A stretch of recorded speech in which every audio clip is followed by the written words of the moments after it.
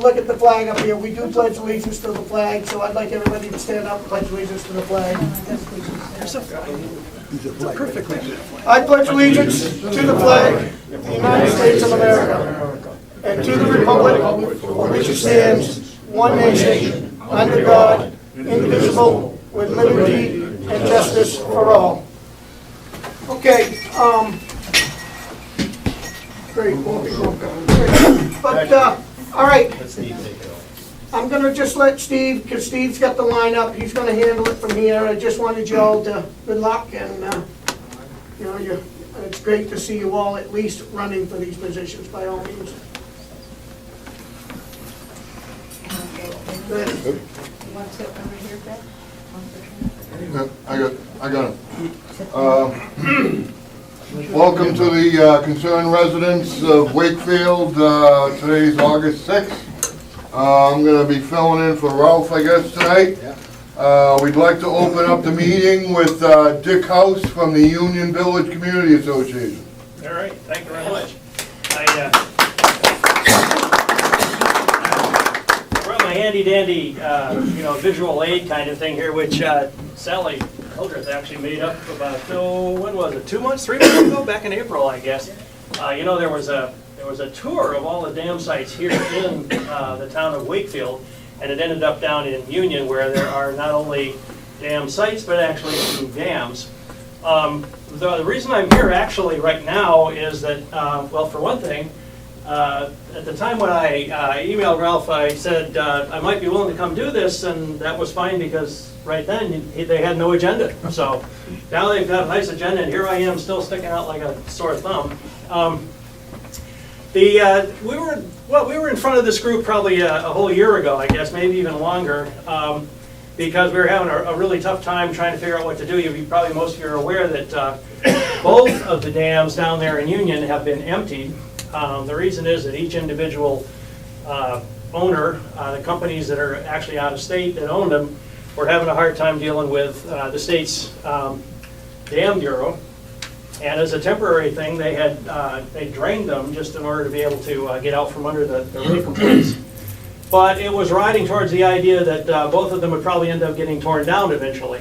And for a whole host of reasons, starting with the fact that there's a fairly good fire pond associated with each of those dams, and moving on to the environmental, there's some pretty ducks, geese, all kinds of things you can see at all times of the year.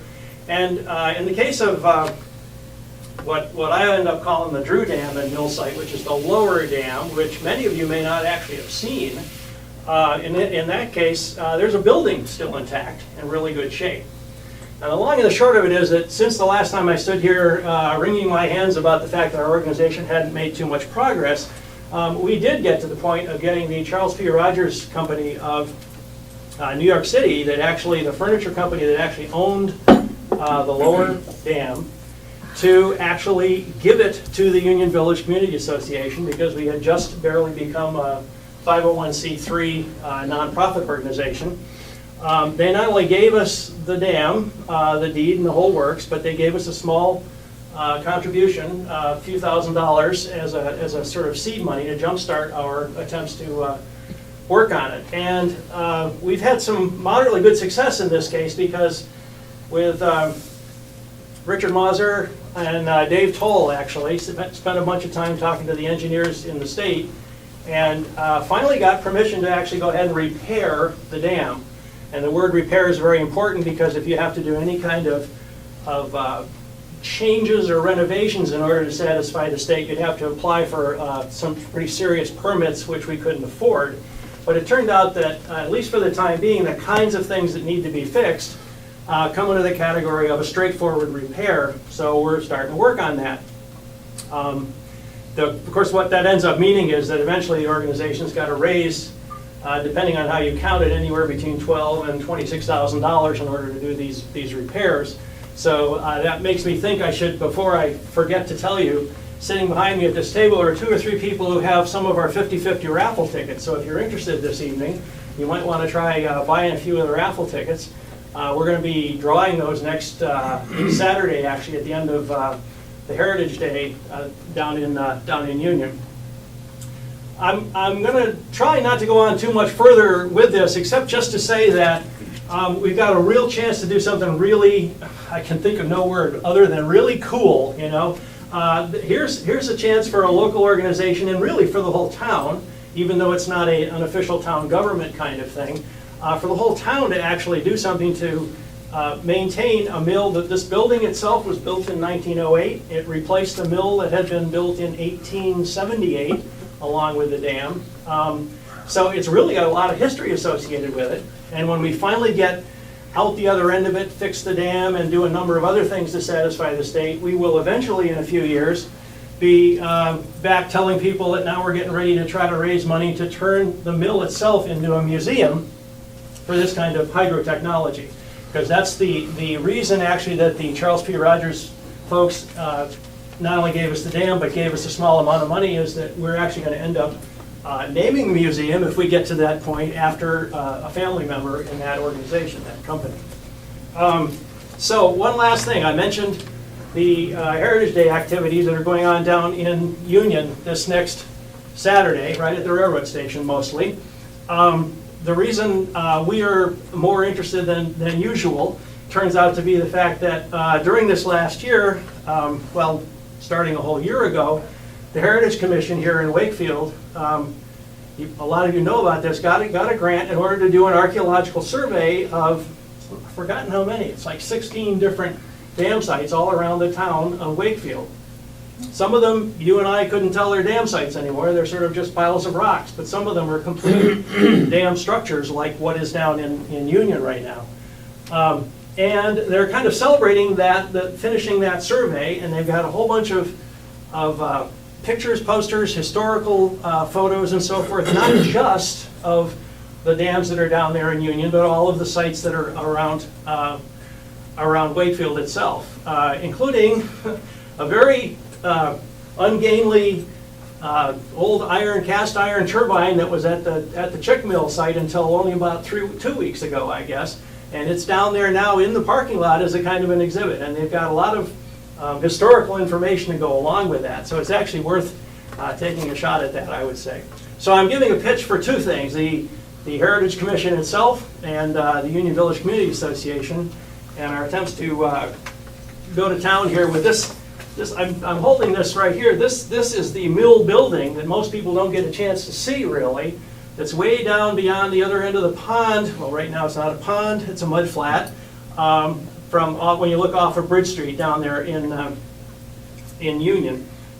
This over here, these are a couple of photos of the upper dam, and I'll have to admit that we're having a harder time getting the cement company that owns that to really seriously work with us. They've got some concerns about working with a nonprofit organization, a group of citizens, rather than something like town government. So we're still looking for a way to come up with some kind of a handshake agreement to work out something as neat as what we have done with the other dam. So if anybody has any great ideas for that, I'd appreciate that too. I'll shut up. I'm very sorry. I didn't mean to extend the evening any more than it is. Thanks a lot for your time. I appreciate it.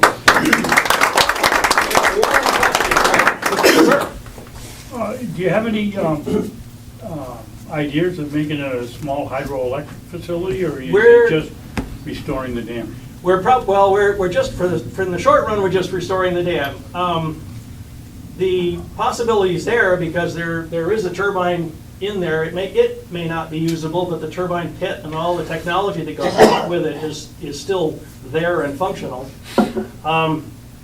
The problem for that is that it really does cost a fair amount of money to do that. So we're going to spend our time and energy in the near future, first fixing the dam to satisfy the state, and then second, restoring the building, because the outside, if nothing else, it needs a coat of paint. Windows need glazing, and a lot of repair work has to be done. But I have to tell you that 2 or 3 of the people who are interested in it are interested in it particularly because there are ways to do kind of a homegrown way of generating electricity, at least enough electricity to run, all the activities that we might want to do in the building itself. Of course, someday we'd like to go back to the 1990s, I guess. That dam actually did generate some power and fed it to PSNH, so it'd be nice to get back to doing that, because I've read more than one article in the state's newspapers in the last 6 months that people are beginning to think that every little dam helps. If you had 10 of them linked together, you'd be doing something. So, yeah, it'd be fun to do. It's just that we got all we can do right now, just find enough money for planks and cement to fix the dam itself. So. They need donations, Mr. Babson. Donations I would not turn down, yes. I'm sure we can take those. And I have to tell you, we're going to have a for real table kind of thing down at the Heritage Day next Saturday. So if you stop by then, we've got a lot more information and a lot more forms. I got one copy of the brochure here. Sally has a few others. I'm sure we'd be glad to accept any sort of donation, large or small. Sure. The pit you were talking about, is that the upper dam or at the The one that we are actually working on is the lower dam, all right? And so in the edge of this building, there is a turbine pit that could be reconstituted, and you could make it work and do something with it. There's obviously no serious building connected with the upper dam except that little electric generating station thing that's left over from the 1980s. So. All right, thank you very much. Appreciate it. Next, we'd like to welcome Rick Parent, who's running for United States Representative. Want to come up here, Rick?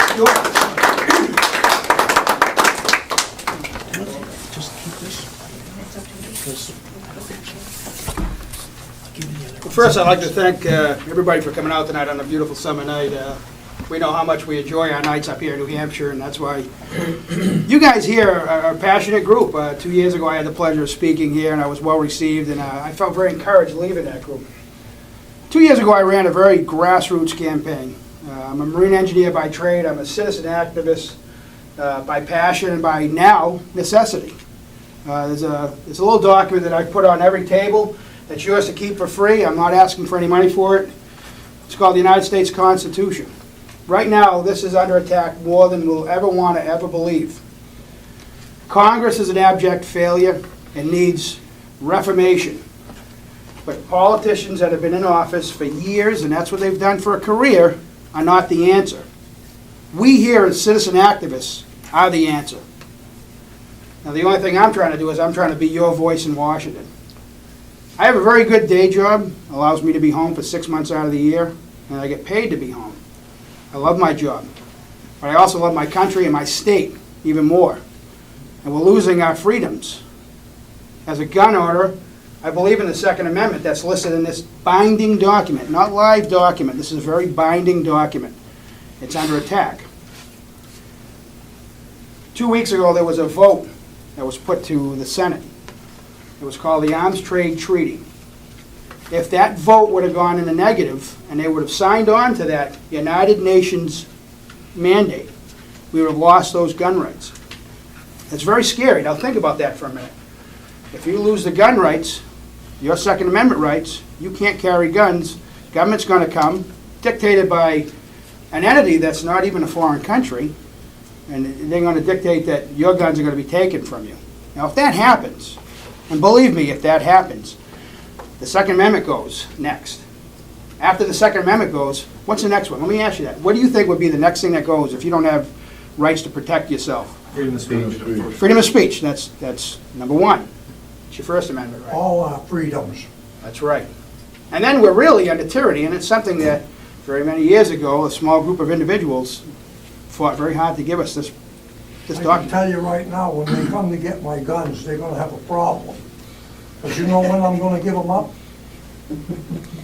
When they peel my dead hands off the triggers. Well, you're very right. You're very right. Over my dead body, they're taking my guns. I think you're going to have a lot of people standing right there behind you and on the What side about of Western? you. I'll be one of them, I guarantee you that. So my day job is, I'm a chief engineer on a MERS ship over in the Middle East. For any of you guys that aren't familiar with what I do, and it parallels what happens in Congress, I oversee all the engineering operations of a 1,000-foot container ship that's in the Middle East. I know that region very well, and I see slavery every day over there. I see the way people are repressed. I don't want to see that happen here in my home turf. Okay, I have 9 guys that work underneath me, but they're no less of an individual than I am. We're a team effort. It's the same thing like us citizens of New Hampshire here. We're a team. And we all need to start banding together because the federal government is mandating a lot of changes here. It's happening right here, and a lot of times we're not very aware of it. And people are trying to bring awareness. There's a very scary operation that's happening in the world right now, and it's called Agenda 21. And that's setting the tone of what's happening in the United States of America. And this right here, okay, the Constitution of the United States is under attack. Now, where do I come in? Well, Congress, I already told you, is an abject failure. You have a representative in Congress that we all stood behind in 2010 that promised to go there, stand up for this document, because that's what you're supposed to be doing, is protecting this document, the United States Constitution. I carry one all around. That's why there's plenty here on the table. Take as many as you want. Pass it on to your kids, your grandsons, granddaughters, your family members, and your friends, because this is a binding document. I can't say that enough. I want you to know that. Unfortunately, Congress has forgot about this.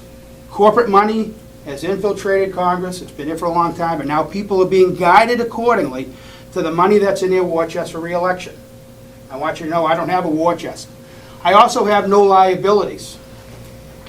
So the vote that isn't my vote is actually your vote will be unblemished. It'll be actually what the people want, not with an outside corporation that has no ties to New Hampshire or any benefit to New Hampshire.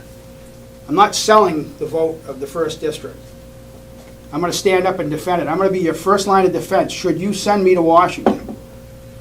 Now, my opponent, and I'm not going to name him, acts like there is no primary on September 11th. I tell you there is a primary because I'm giving you an option, okay? It takes a lot to run for Congress. And just, you know what it takes? It takes $50, put your name on the line with a piece of paper, you give it to the Secretary of State.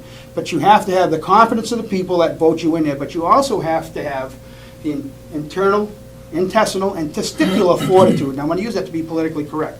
Testicular fortitude to say no when outside entities are trying to sway your vote. I don't believe that a congressional vote, when you're supposed to be representing the people of the state that you live in and the district that you live in, I don't think an outside entity should have any effect on how you vote. That's happening right now.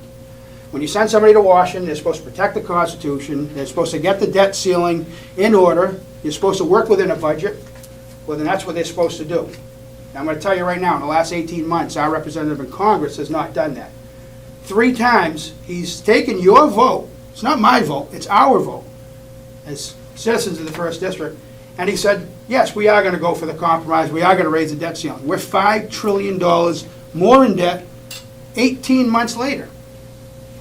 And you can go on to OpenSecrets.org. You can go to GovernmentOversite.com. You can look this up. This is fact. I'm not lying to you. There are a lot of avenues out there. All you got to do is go look for it. You know, just the other day, our representative, something I would have never done, voted for CISPA, which is Cyber Internet Security, okay? That's taken away more of your freedoms because now you get online, any website you go to, any store you go to buy anything, any email you send, the government now has an opportunity, okay, to look at what you're doing. Now, if that doesn't scare you, I don't know what will. Luckily, Kelly Ayotte stood up for it in the Senate. Because the other 3 federal delegation, Gene Shaheen, Charlie Bass in the 2nd District, and Frank Ginter here in the 1st District, all voted to give the government that power. Luckily, it was defeated in the Senate. I want you to know that we had one person stand up, that was Kelly Ayotte. She also held a very, and I'm not advocating for Kelly Ayotte, but I'm just trying you to know that your representation in Washington, there are some good people out there that are actually fighting a good fight. The Arms Trade Treaty went down to 1 vote. Any idea who that was? Well, I'll tell you, that was Kelly Ayotte, was the final deciding vote. That agreement right there, the Arms Trade Treaty, mandated by the United Nations, trying to impose on us here in the United States. And you know, I want you to know, we're a sovereign state in a sovereign country, so we have dual sovereignty. Just be aware of that. State first, that's the 14th Amendment, 10th Amendment, excuse me.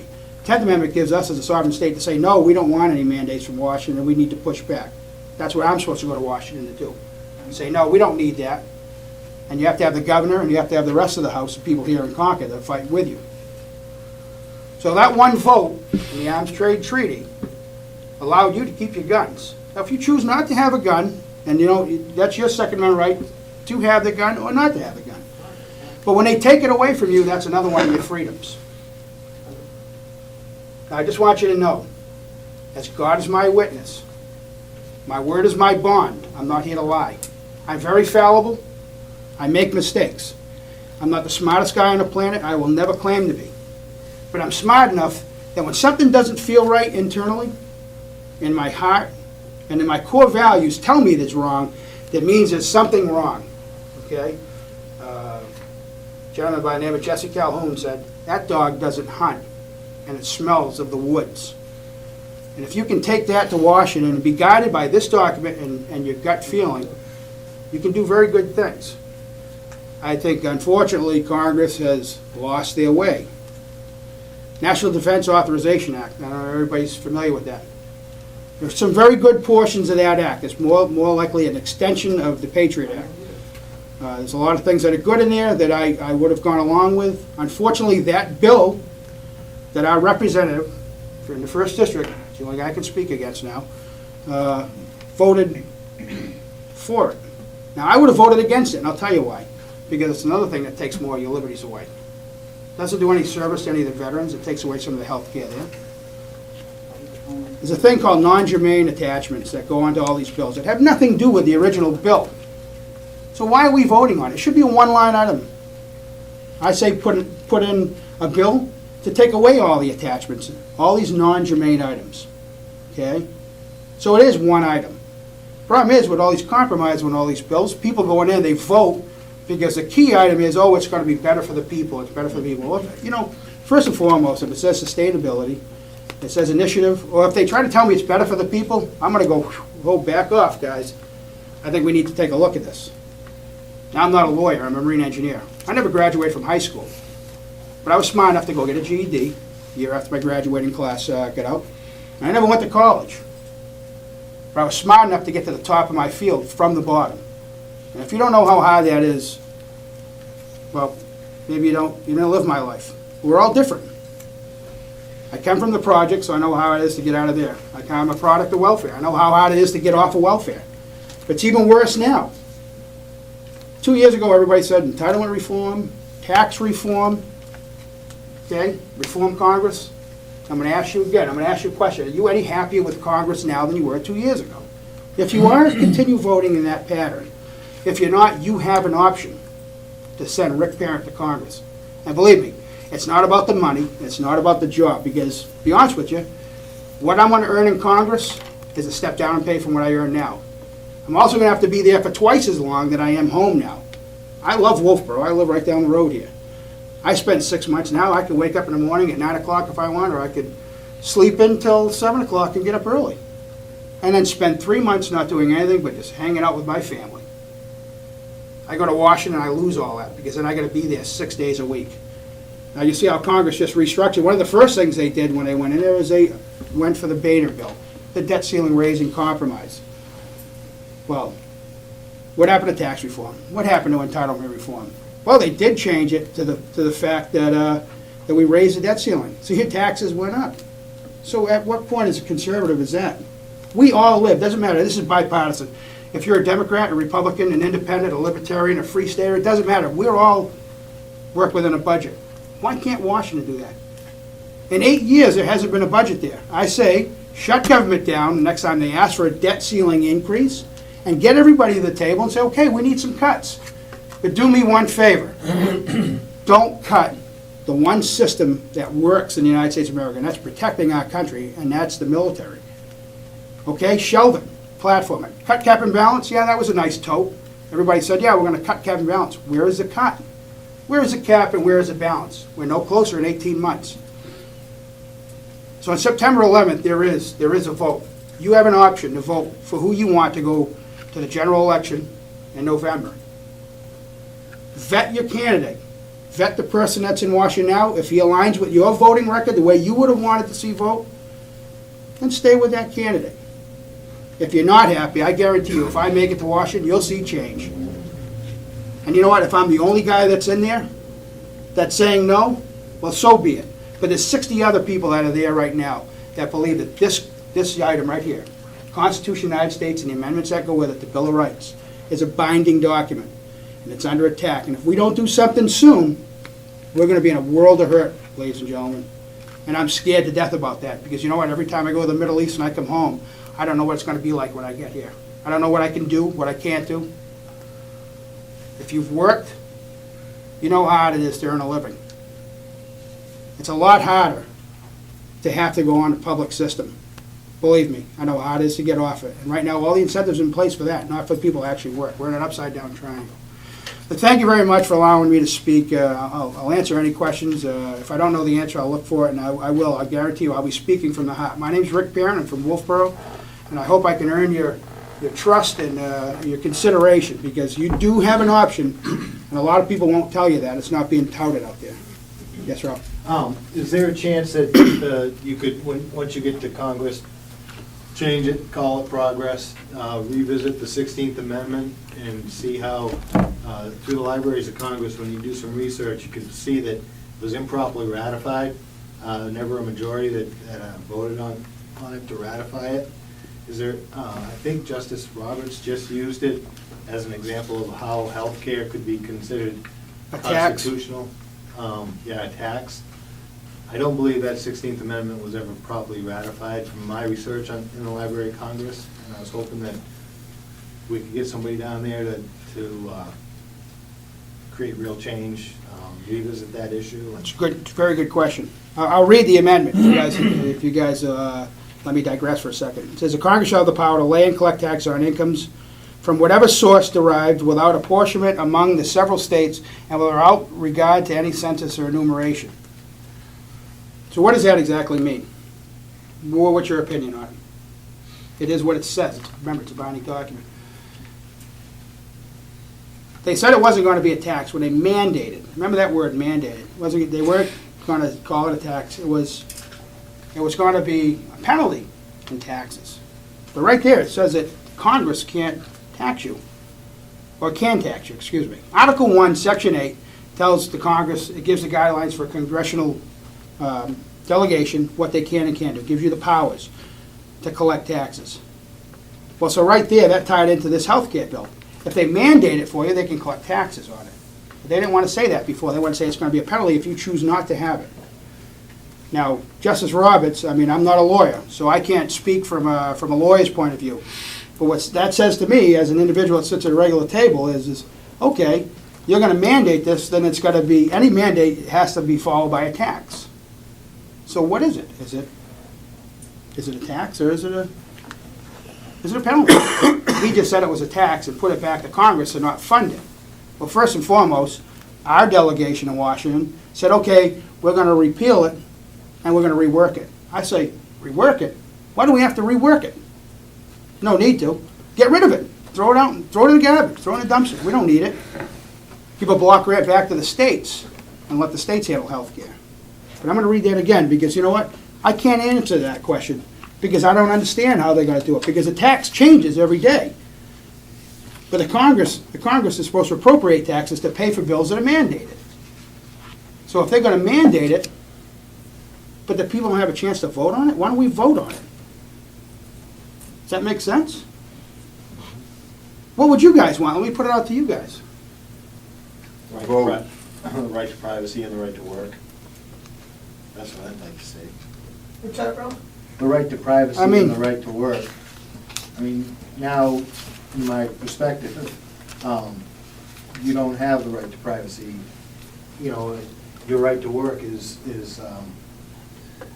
superseded by the government's right to take your money, or the government's wish to take your money. I don't believe it was properly ratified, and I don't believe that they really have the right to lay taxes against your income. But it scares me. It scares me to no end that the executive branch is now setting policy without it being ratified by the people through Congress. It should start here locally in the state, first and foremost. I mean, it should. I mean, all politics should be local. Who knows better than us, you know? Same thing like the Department of Education. They're dictating stuff from Washington that, you know, being sent down here by mandate. I think that's wrong. I mean, Obama's never met my 3-year-old daughter. He hasn't met any of us. I mean, has anybody else ever stood next to Mr. Obama or Anybody else, any other president before him. So those people have no vested interest in us, you know. But you're right. Capitalism should be alive. That's what this country was built on. But now to put a mandate on telling you have to have health care. I'm lucky. My job provides me with health care. So that means I would get a penalty? No, I'm going to get a tax. For people, okay, you want to have health care for the people? I don't mind helping people. I mean, charity starts at home. We're small communities. Charity's there. We can help our neighbors. We can help people in times of need. But you know, the group of the most healthiest people out there are anywhere between 18 and 46, say. There's an exact number. I can't tell you that because I'm not an expert on healthcare and the healthiest people. I'm not a medical professional. I can tell you how to fix an engine. I can tell you how to fix washing and get rid of all the politicians. But sorry, I digress again. But now to tell you have to pay a tax or a penalty for something that you don't really necessarily benefit. Why don't you make it harder for the people that get on that system that don't pay into the system? You know, don't give it to every illegal alien that's out there. There's a legal way to get here. Give it, you know, help people that need it, but don't make it mandatory. Anything that's mandated, I'd be very leery of. But I get off of that subject. I think if it's going to go down to the Congress, they have the power to levy the taxes, and you're going to have somebody in Washington that's going to say, hey, no. I'm going to tell you one thing just about Rick Parent. Rick Parent alone might not align exactly with you. But if a bill was put in front of me, I don't want to get the bill today and then have to vote on it tomorrow. If anything like that, I'm going to say, no, I'm not voting on it. But there's a litmus test that I believe in that comes to this when it's voting. First and foremost, is it constitutional? Secondly, is it moral? Can we afford it? And do we really need it? If it doesn't pass any of those, then I'm not going to vote on it. It's going to get nay.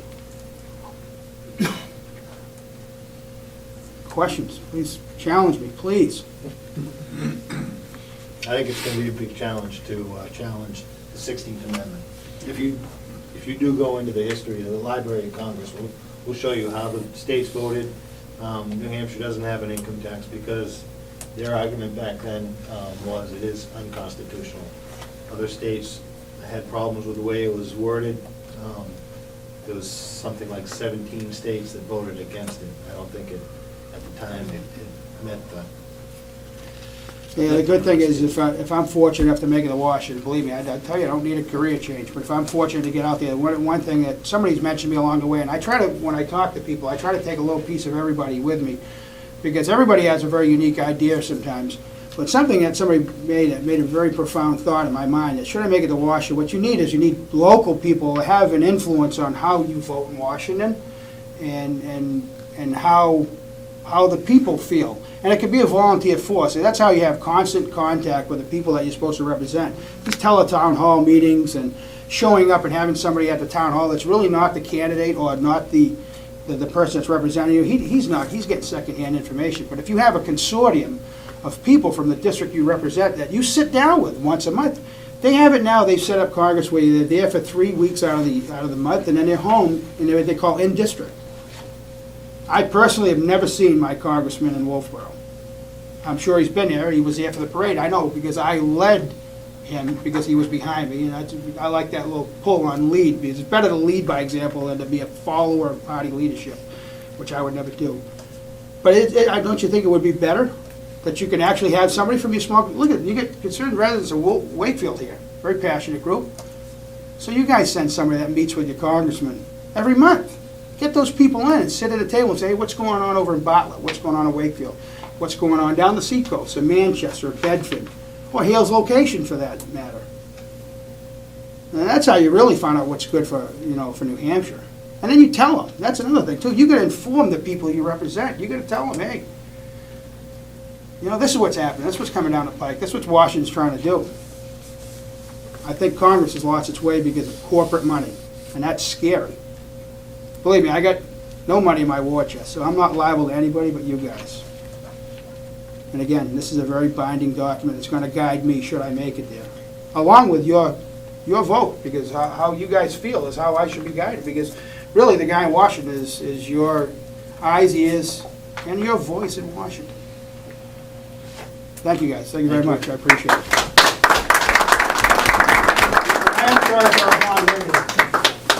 Yeah, what happened to the 8 minutes? That was 8 minutes in Dubai. Next, we'd like to welcome Jeff Ballard, who's running for state senate.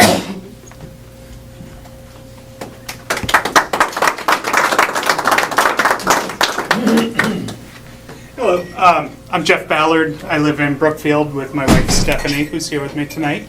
I'm running for the state senate this year. Prior to this year, you've seen me on the ballot for state representative, but I've pushed up and making the run for the state senate. I come to you knowing that we might not all see eye to eye on a lot of things, but there's a few things I think that you'll be able to trust me with, and you'll be able to understand why I would be your best choice for state senate. I came, kind of like Rick was mentioning, I came from a very working class, blue collar family, grew up in abject poverty, and through different circumstances in my life, I was able to climb out of that and be able to gain a foothold firmly in the middle class. And some of those things that helped me along the way were government assistance. I've been in the military for several years. I had the Montgomery GI Bill.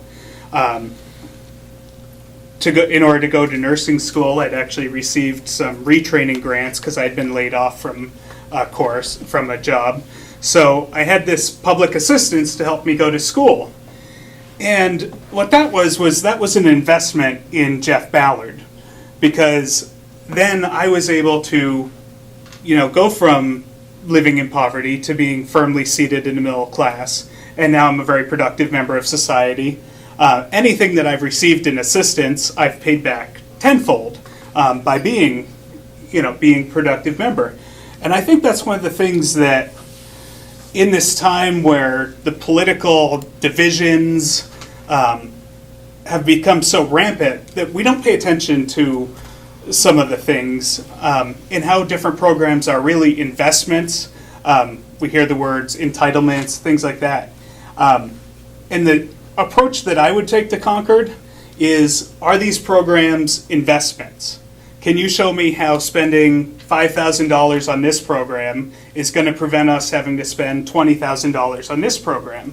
And in our last legislature, we saw them fail horribly at that. One program I'll mention, I'm sure the sheriff could agree with this, was the CHINS program, the Children in Need of Services. So this was a great program that identified at-risk youth that were teetering on the edge, and it gave them the help that they needed to prevent them from falling over and falling into the criminal justice system, which, as we know, the cost to give someone some case management and some social work support is certainly a lot cheaper than to pay for them to be a year in the county jail. Several $1,000s difference. So that's where we failed in this austerity movement, and I think that's why you need someone like myself, who comes from a real working class family, someone who's going to feel every vote that I make in Concord. One thing that I think my opponent has been is very shielded from his votes. Myself, on the other hand, I'm a nurse in the emergency department, so I certainly see when there's holes in the social safety net, people end up in the emergency department, which is by far the most expensive place to treat them. And there's steps that we can take to prevent them falling into that rut. Stephanie and I are homeowners. We actually own a second property, a rental property. So when it comes to taxes and keeping property taxes low, that's something that's certainly going to be in my best interest.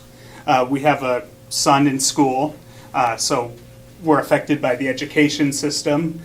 Stephanie and I have recently started a small business, and something that I understand is because of our low tax burden that we have in New Hampshire, we were able to save up enough money that we were able to pretty much self-fund the startup of our own small business. So these are really examples of why you could trust me with your vote. Because certainly, even if I take away all of my community interests, going from my own best interests, there's these things I would protect to make sure that the work I perform in the emergency room is able to be most effective, to ensure that my son gets the best education possible, to ensure that regulation makes sense so that we can grow our small business.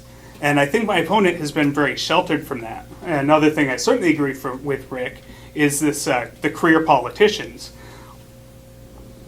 We've become steadily and increasingly disappointed with government and with the dysfunction of government, but we keep sending the same people back to government to represent us.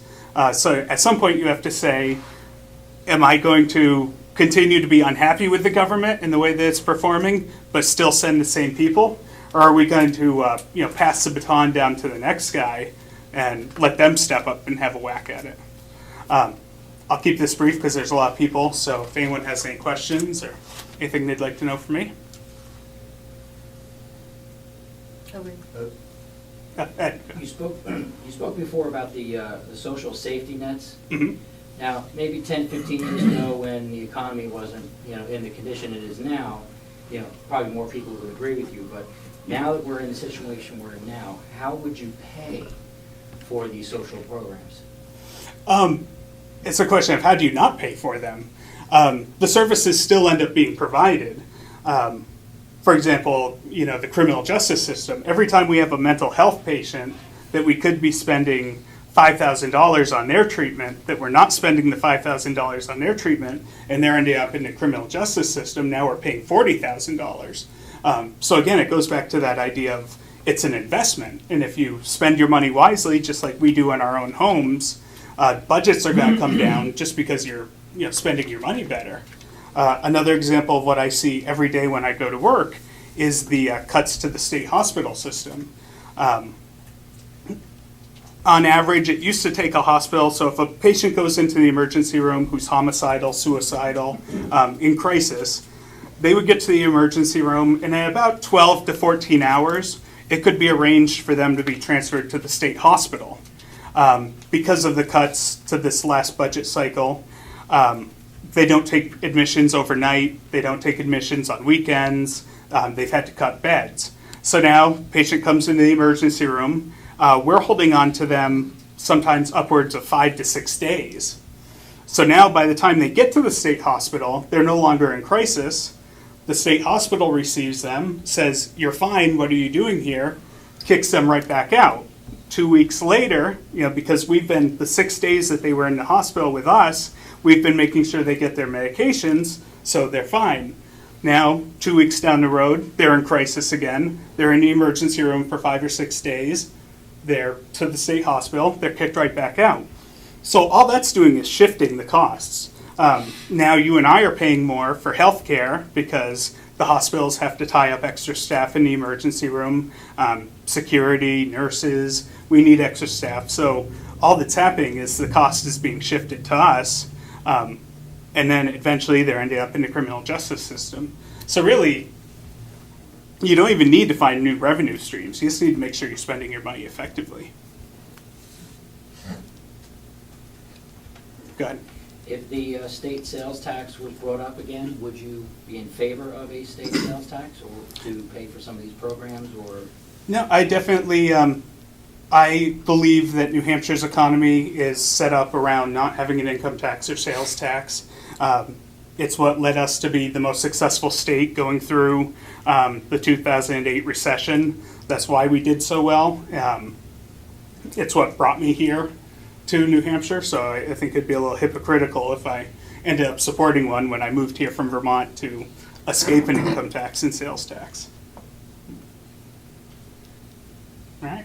Well, thank you. I have my information, and please grab my card from me, and if you have any questions, get in contact with me.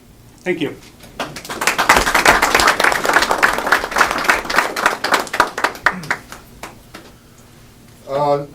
Next, we'd like to welcome Sheriff Chris Conley, who's running for re-election as sheriff.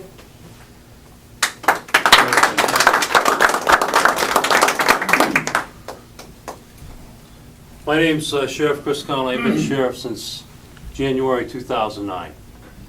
And I always get a little concerned at these forums when there's more candidates than there are people, but that's fine. That's fine, because I'm with you. We're all running.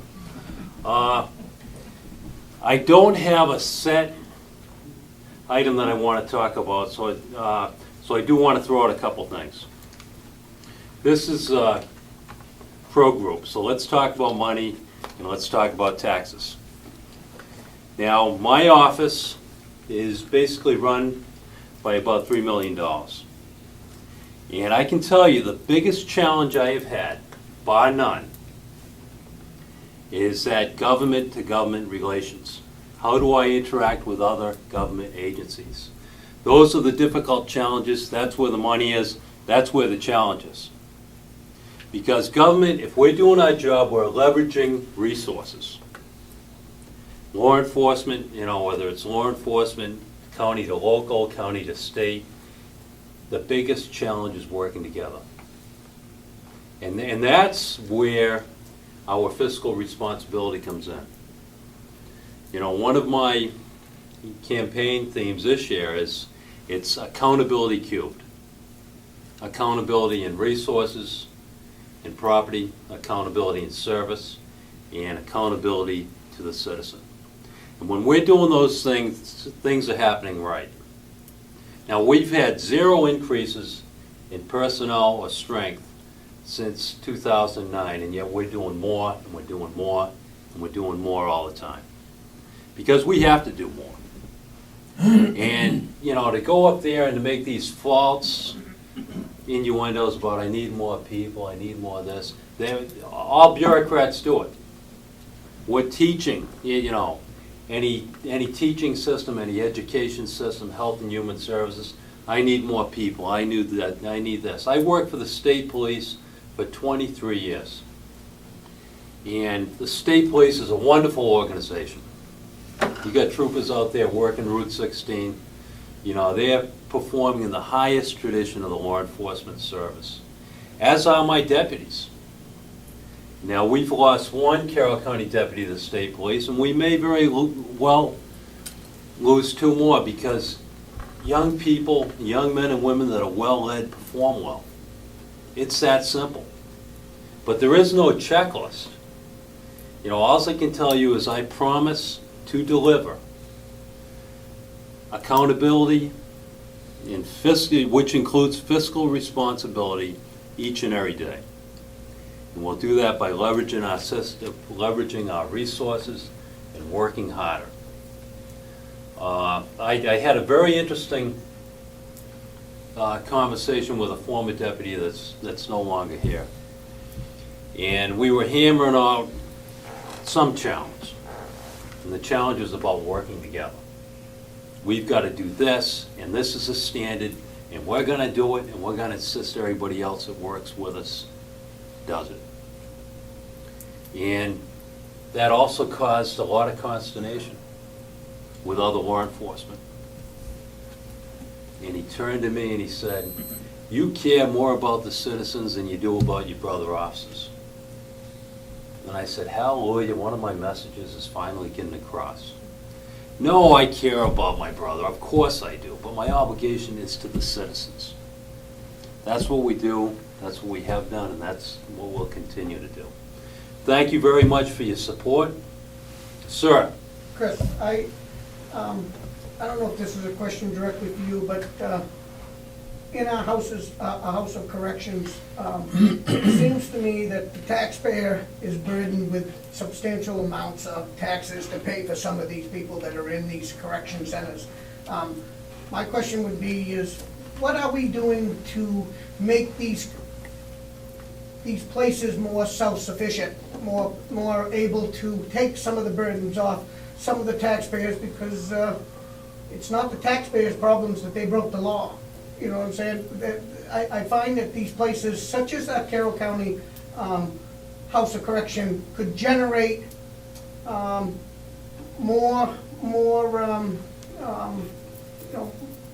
less tax burden to the people by doing something up there to benefit to the communities. Considering that most of those people up there, or most of the inmates, are not high criminal status. I just find that there's not enough being done up there to generate. It's a farm. Why isn't it a farm? Well, because we've gone beyond that farm. When I was a kid, that farm generated a lot of money, and Today, I don't see it generating nothing. So I was just kind of curious, is that anything in your department that could? Well, that's an excellent question, and I don't have a lot of experience in corrections. I can say for a fact that I think the superintendent is motivated. He's doing an outstanding job. One thing that I always look at is when you're handed statistics, it costs X number of dollars, $30,000 every time an inmate's going in. I would question any statistics.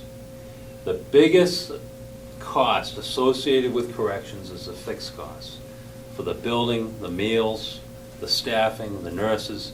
And the thing is that doesn't change whether you got 20 in there or you got 75. Some of it changes. Yeah, meals changes, things like that. But it doesn't go up into these arithmetic costs. I think that they looked at that, having some sort of give back. As I understand it, and I can see it just without knowing anything about it, to implement those things that you would like to see, those are expensive. And there is a rapid turnover in the county system. So you do not necessarily have a very stable workforce.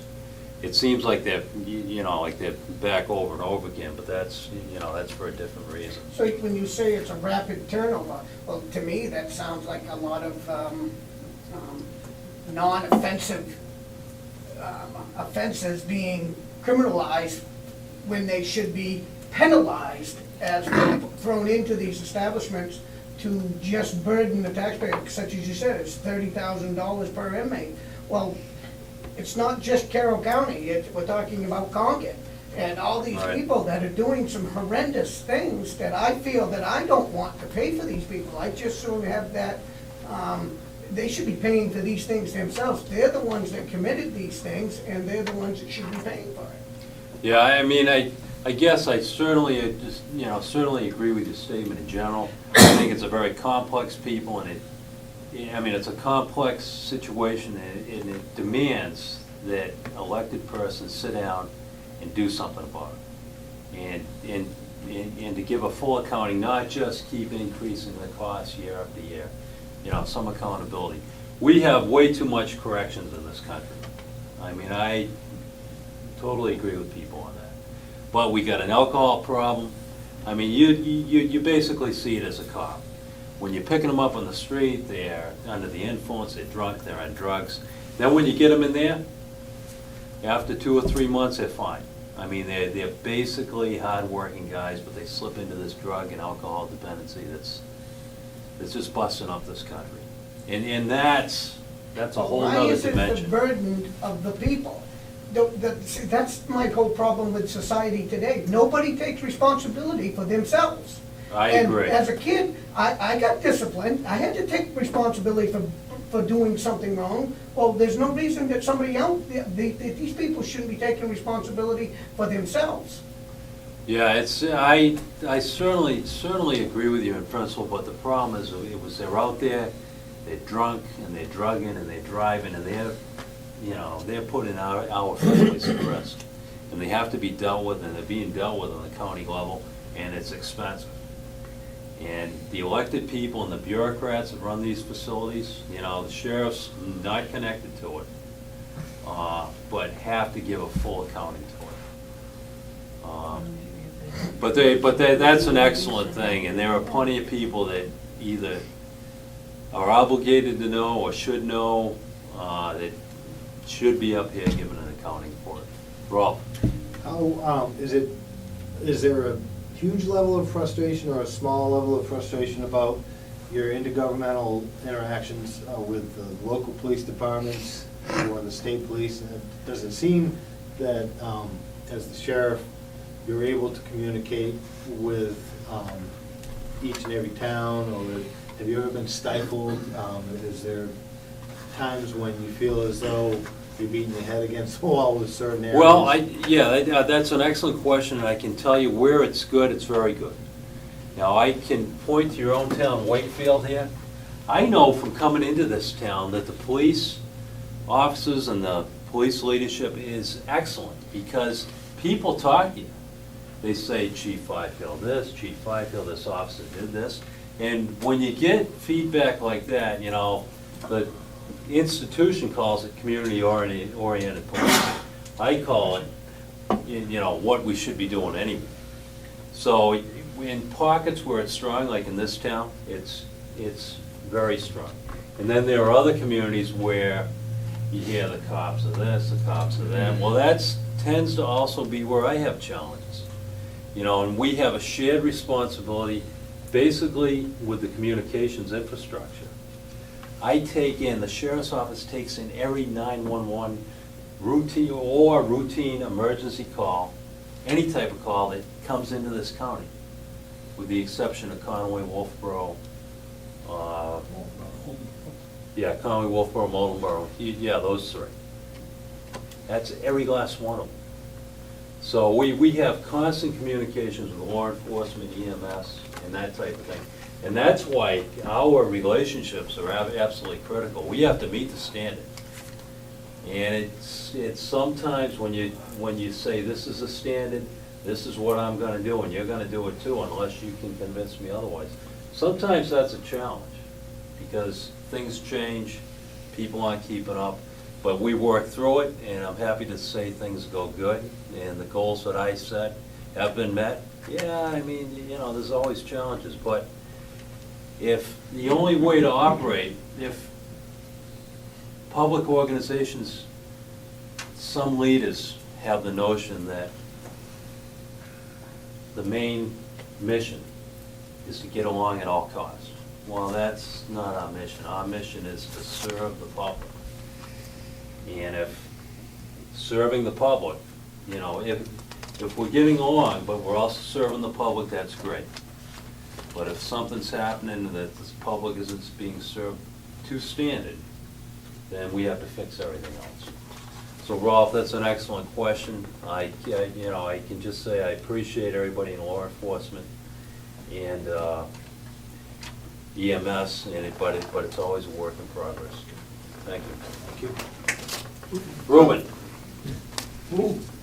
I keep calling you Ruben. Why do I do that? That's Al. Ruben's his brother. Ruben happens to be a good friend of mine, but I'm not Ruben. Ruben's a brother. I don't even act like him.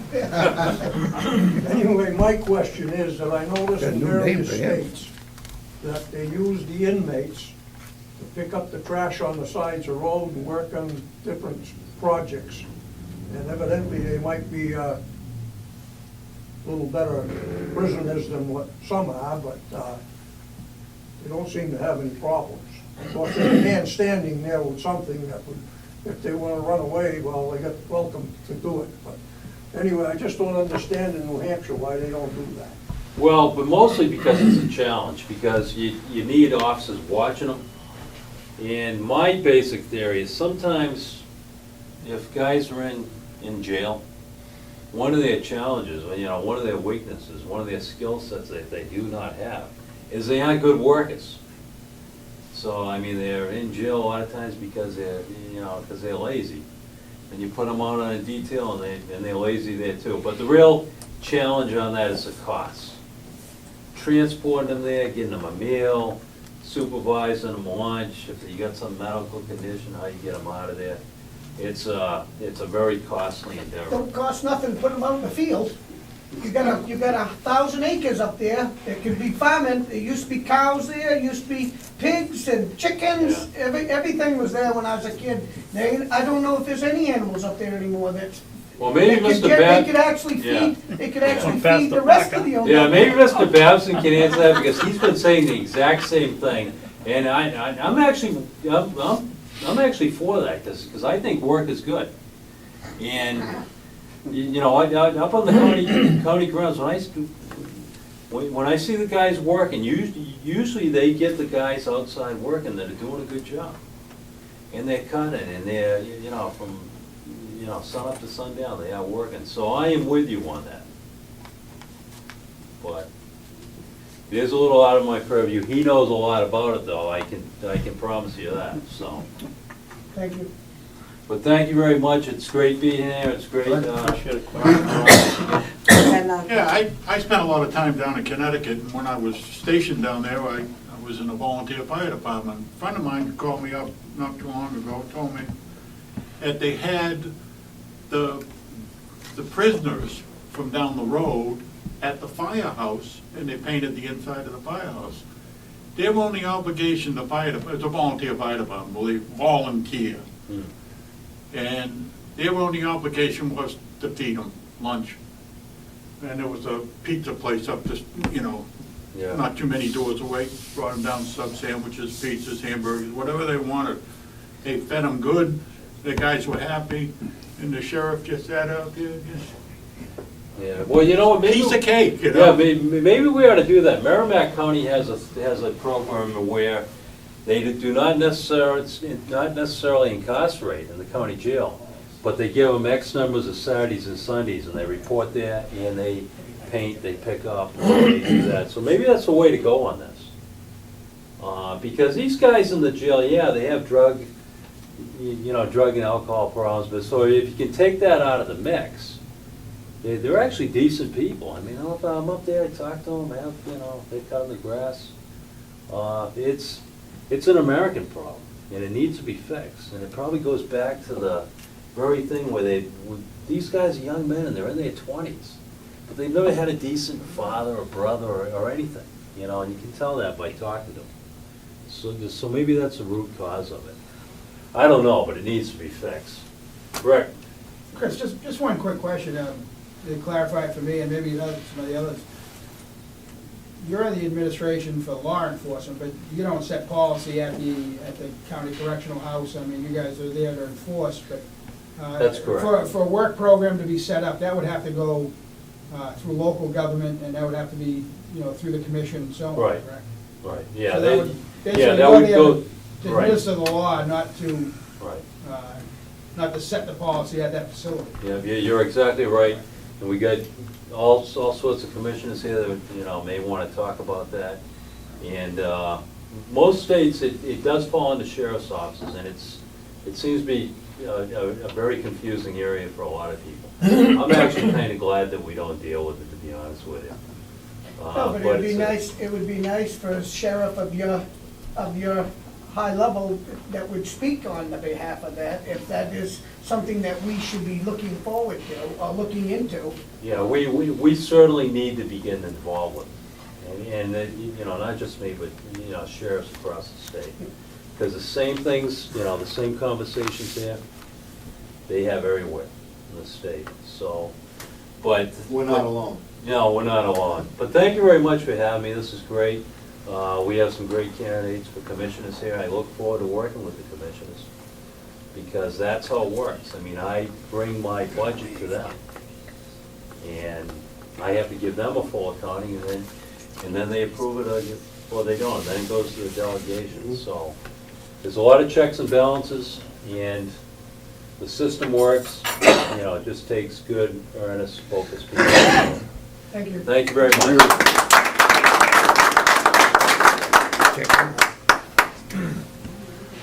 Next, we'd like to welcome Erik Corbett, who's running for Carroll County Commissioner.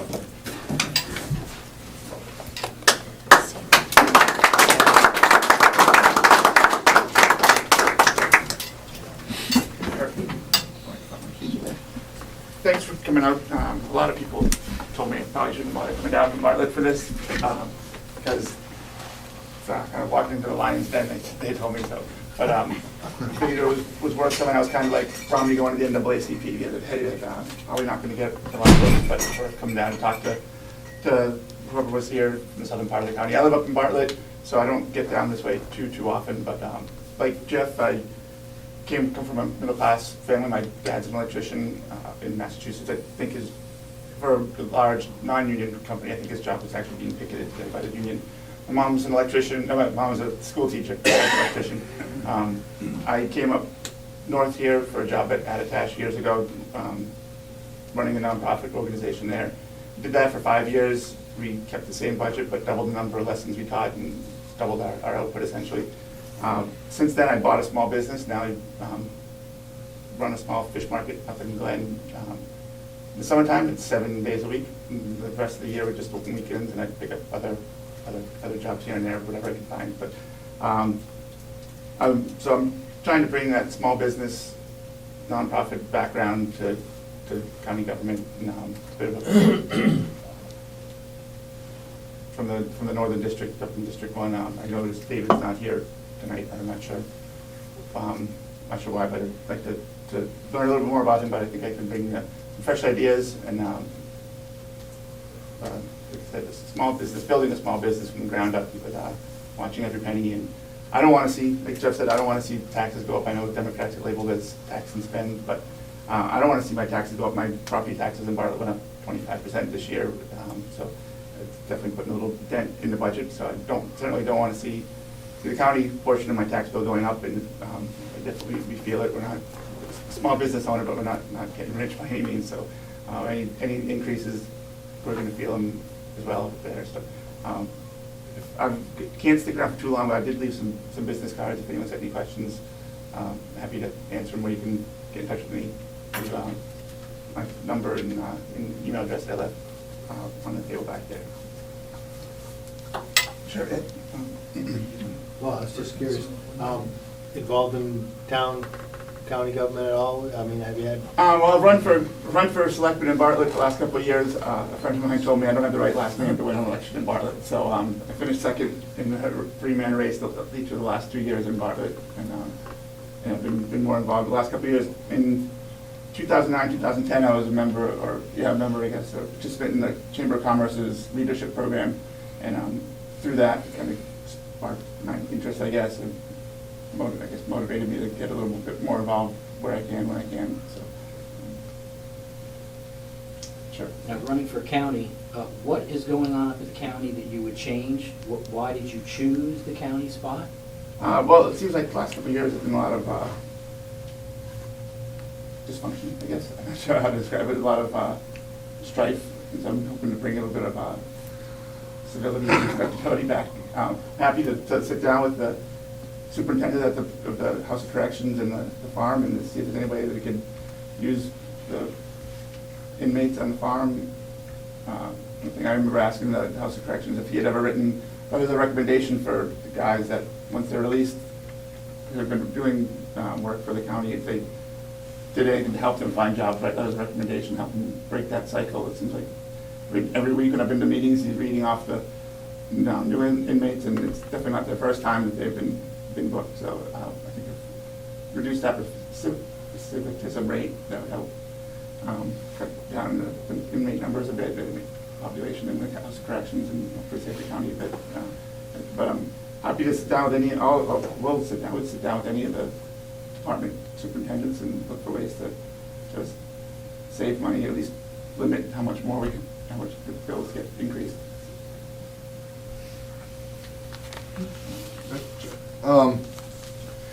Here in Wakefield, we pay $1 million to the county, and the only thing that we get back from the county is a larger tax bill for the next year. Can you explain to us why we're paying $1 million for something that we get absolutely nothing out of? Well, I don't know how exactly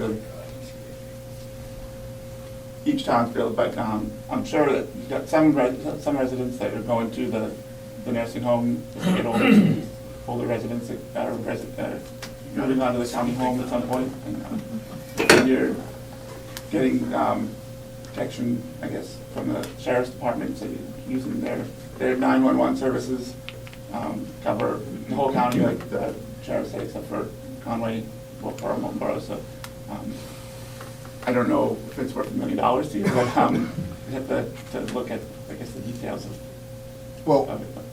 But to touch on that, first off, why is government in the nursing home business? I believe it's in New Hampshire tradition. I think every county has county homes. I'm not sure if that's written in RSAs anywhere. It's just I don't think it's everyone, but then on the other hand, to your comment, why are we paying for a county nursing home, but yet there's no county list? There's no benefit to the taxpayers of the county or the citizens of the county without a county list.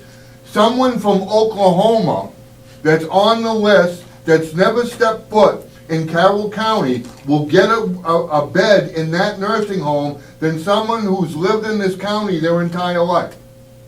That's priority. There's no county list. So in other words, whoever is on that list, someone from Oklahoma is on the list for the next bed up at county, and you get to the age where you need assistance, that person from Oklahoma who's never stepped foot in this county gets that bed before you. So why are we paying for a county nursing home when there's no benefit to the people of the county? And why is government in the nursing home business?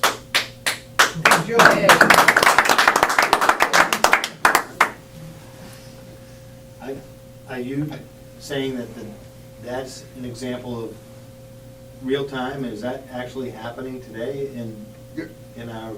Yes, there is no county list up at the county nursing home. So why is government running a it's costing that brand new, we're paying $2 million a year to pay to run that. They're bringing in, they have $11 million in expenditures, they're bringing in $9 million in revenues, there's a $2 million shortfall that county residents are picking up, but yet there is no county list. Why is it? And you ask the commissioners up there, they don't want to give the people of the county a county list. They don't want to do it. What's the purpose of government running a nursing home? So would you be willing to set up a priority list, county residents? I'd certainly be happy to talk with whoever the new superintendent is, the new administrator, because our administrator's leaving the end of the month. So the commissioners are now looking for a new administrator for the facility. So it's certainly something to look at. I don't know. I'm not sure where you get the example from Oklahoma. Well, anybody on the list, it goes by whoever's on the list. If someone from Oklahoma. So there is a list. How do you, but there's no but county residents don't have a preference to their county nursing home. what would that Priority. Priority, if you will. Priority. They just- Priority. If someone lives in this county their whole entire life, and they're paying, this is a county nursing home. Right. We should get preference. Head of the line. That's what I'm saying. But they're fighting me on it. They don't want to give the people of this county any preference to that brand-new nursing home. And I have a problem with that. Yeah. Because government shouldn't be in the nursing home business without any benefit to the people of the county. Ones that are paying the bill. That's right. I agree. That's a benefit we get. Pardon me? Paying the bill, that's a benefit we get. Well, yeah, because you're gonna get a larger tax bill next year from the county, at the way they're spending money up there now. Steve, can I ask you a question on that? Is there any mandate from the federal government that it gives money back to the state to support that facility? I'm not sure, I've been asking for a county, it's a county nursing home that's being funded by county residents. And no one's ever said anything to that. So I've been asking for, I don't know how long, at least 6 months, if not longer, that we should have a county list. The people of the county are funding that nursing home, are paying the bills, and they're not getting any benefit out of it. So if the people of the county are getting no benefit out of it, why is county government in the nursing home business? Privatize the nursing home. There's no benefit to the residents of the county.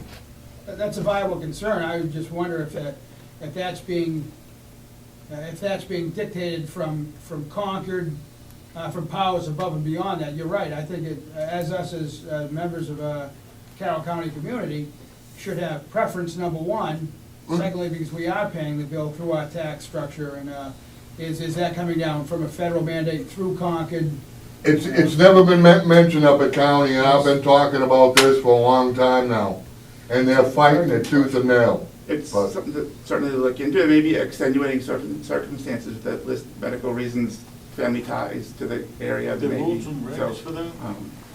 it's something that I'd be happy to discuss with the other commissioners and the county, or the nursing home administrators. I never run a nursing home. I don't know the details of the day in and day out operations of a nursing home, but it's something to look into and to certainly consider.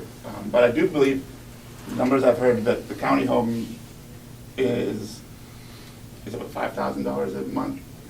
Is what the Four, in the four or something. but 4 the days. private nursing home in Conway is charging Medicaid or Medicare $8,000 a month. So I think they're doing a good job keeping the costs down and charging less to Medicaid and charging, sending a smaller bill to Washington for the patients that are covered under that program. I just have a problem if, government, I don't see, is government in this book? Should, I just don't see a benefit to the people of the county. But, and then the other question I had was, what do you think about what's going on with the steering of the bids and all the settlements that are being given out up at county? It seems like there's a clique, and if you're in the clique, you'll get a settlement. All you gotta do is say something happened, and you get a settlement. You don't get settlements in private industry. It only seems like it happens up at county. And these settlements are costing us, the taxpayers, a lot of money. So, I don't know anything about any settlements, and I'm not sure about that. It seems like there needs to be, or should be more of a uniform procedure, I guess, with handling contracts, bids as they come in, that they should all go through Commissioner's office, the department head's office, the subcommittees that write the RFPs, whatever it is, one of them should collect all of them. If the bidders want to send in sealed bids, that's probably preferable, but if they want to send them unsealed, that's fine too. And then have them all opened in public. It seems like sometimes they're in public, sometimes it seems like it's a little bit of They should always be in public. it should always be, should be a uniform code or uniform procedure for Stevie, you're pushing along. all right. Running out of time here. but, All right. thanks again for. This really isn't a No, line. thank you. No, it's not. Thank you. Next, we'd like to welcome Jack Rose, who's running for Carroll County Commissioner.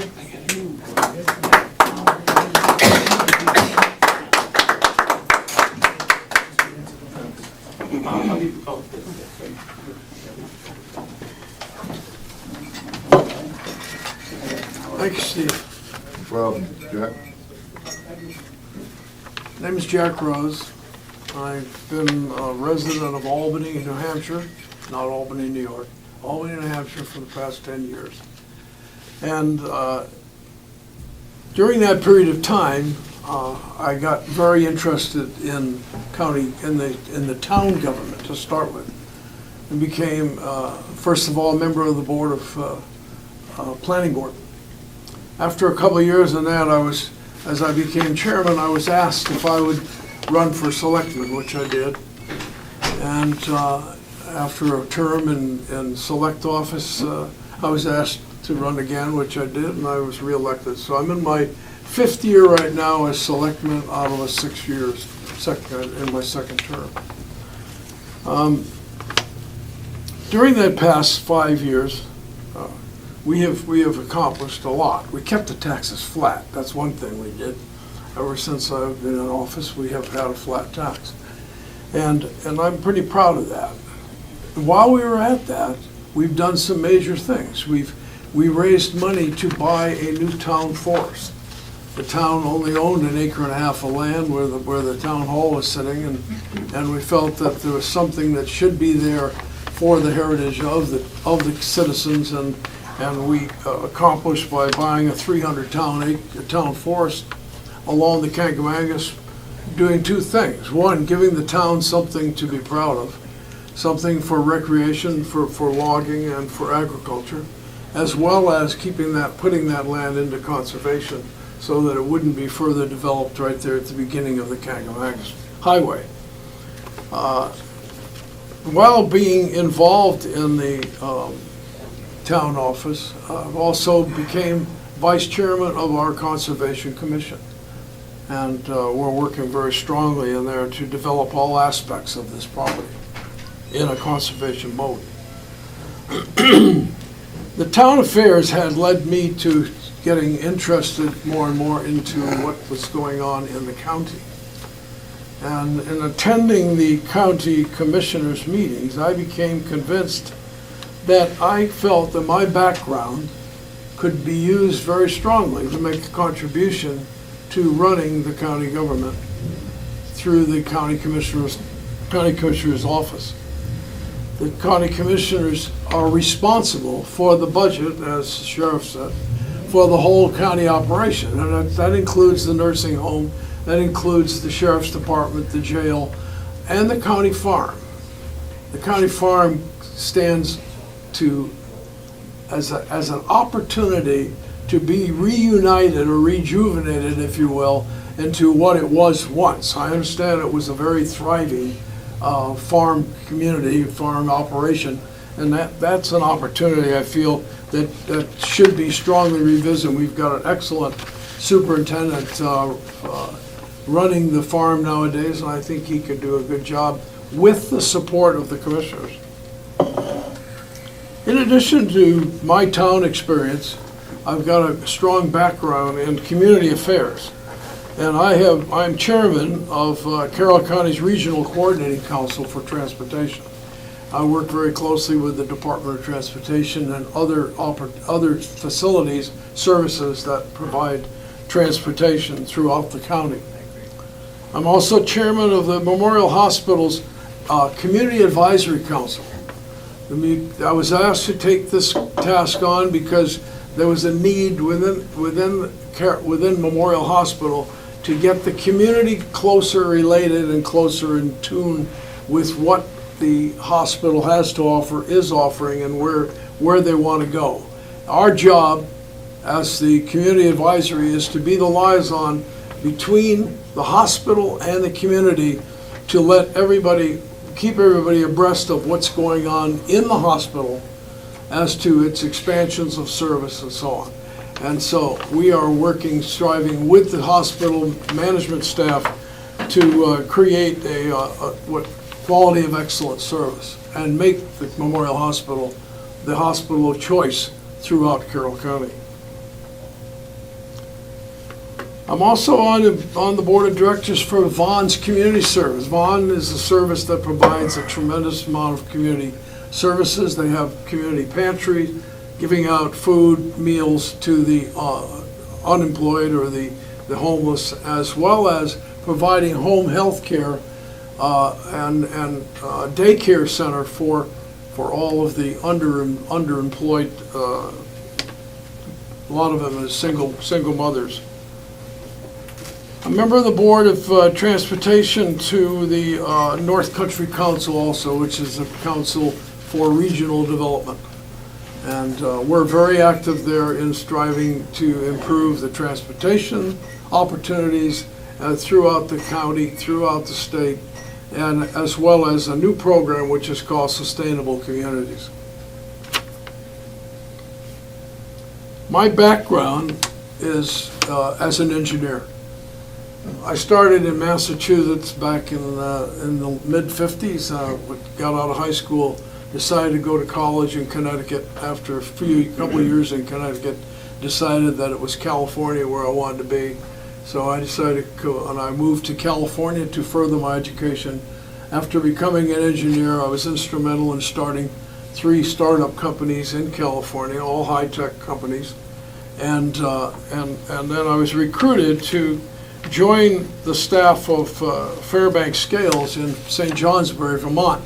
I was relocated to Vermont and came there as the director of market research and very quickly became vice president of a newly formed systems operation.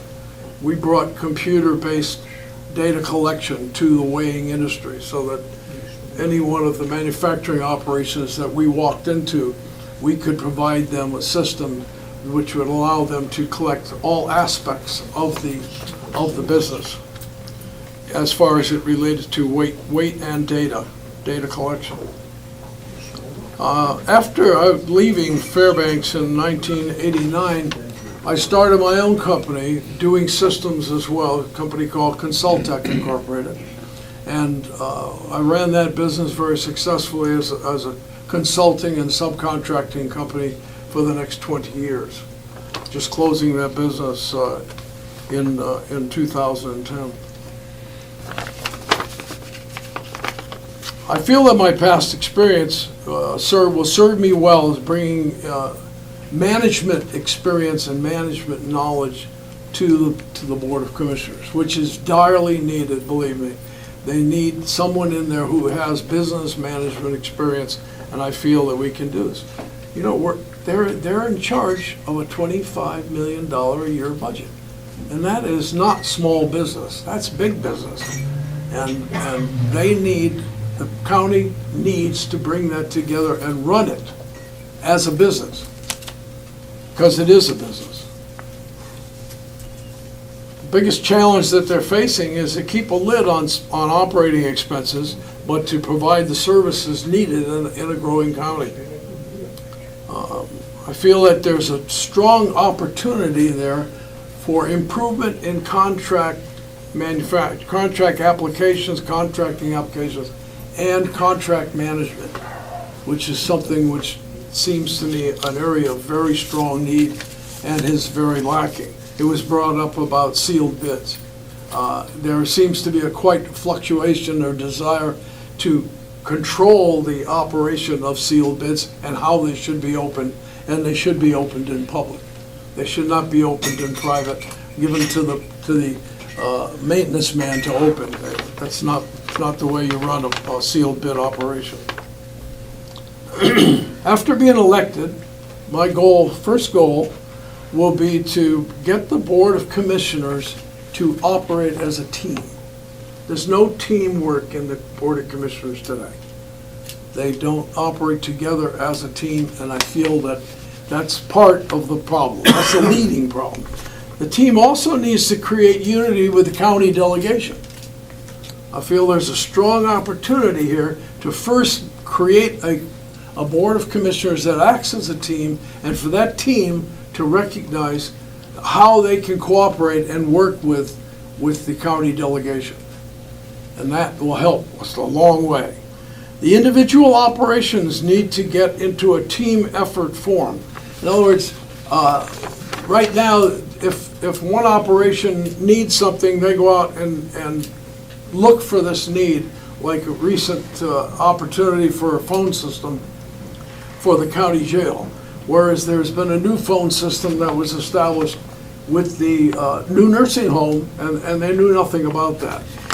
We have a global opportunity to bring all of the different departments in the county government, the sheriff's department, the jail, the farm, the House of Correction, and the main administration, and get them to operate together as a team, a global team, and share experiences and technology. And I think there's a good opportunity there to save money if we can establish that unity. So I'm looking forward to being on this team. I feel that I can make a strong contribution, and I would appreciate very strongly your support in helping me in my run for county commissioner. Thank you. I'd like to ask you the same questions that I asked Mr. Corbett. Once, if you could just take a minute or two to, we got $1 million bill to the county, and the only thing we get from the county is a larger tax bill next year. You did touch on the bids, but what's your position on a county list for our county nursing home? I think that's a good argument. I do. I think it's a strong argument, and I think it's something that we should be looking at to find out why it doesn't exist. Okay, because we need to know how the selection is made for beds when they become available. Okay? Yes? Would you support or reject a future 5 or 7 seat commission? I questioned from a standpoint of that 3 commissioners is a limited source. It is a limited team. And I think it's worth looking at. I don't know if that's been looked into before, or if it's been explored very strongly, but I think it would be something that's definitely worth looking at.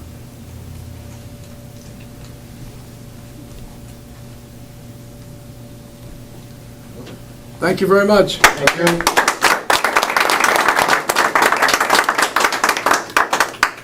Next, we'd like to welcome Representative David Babson. He's also running for County Commissioner.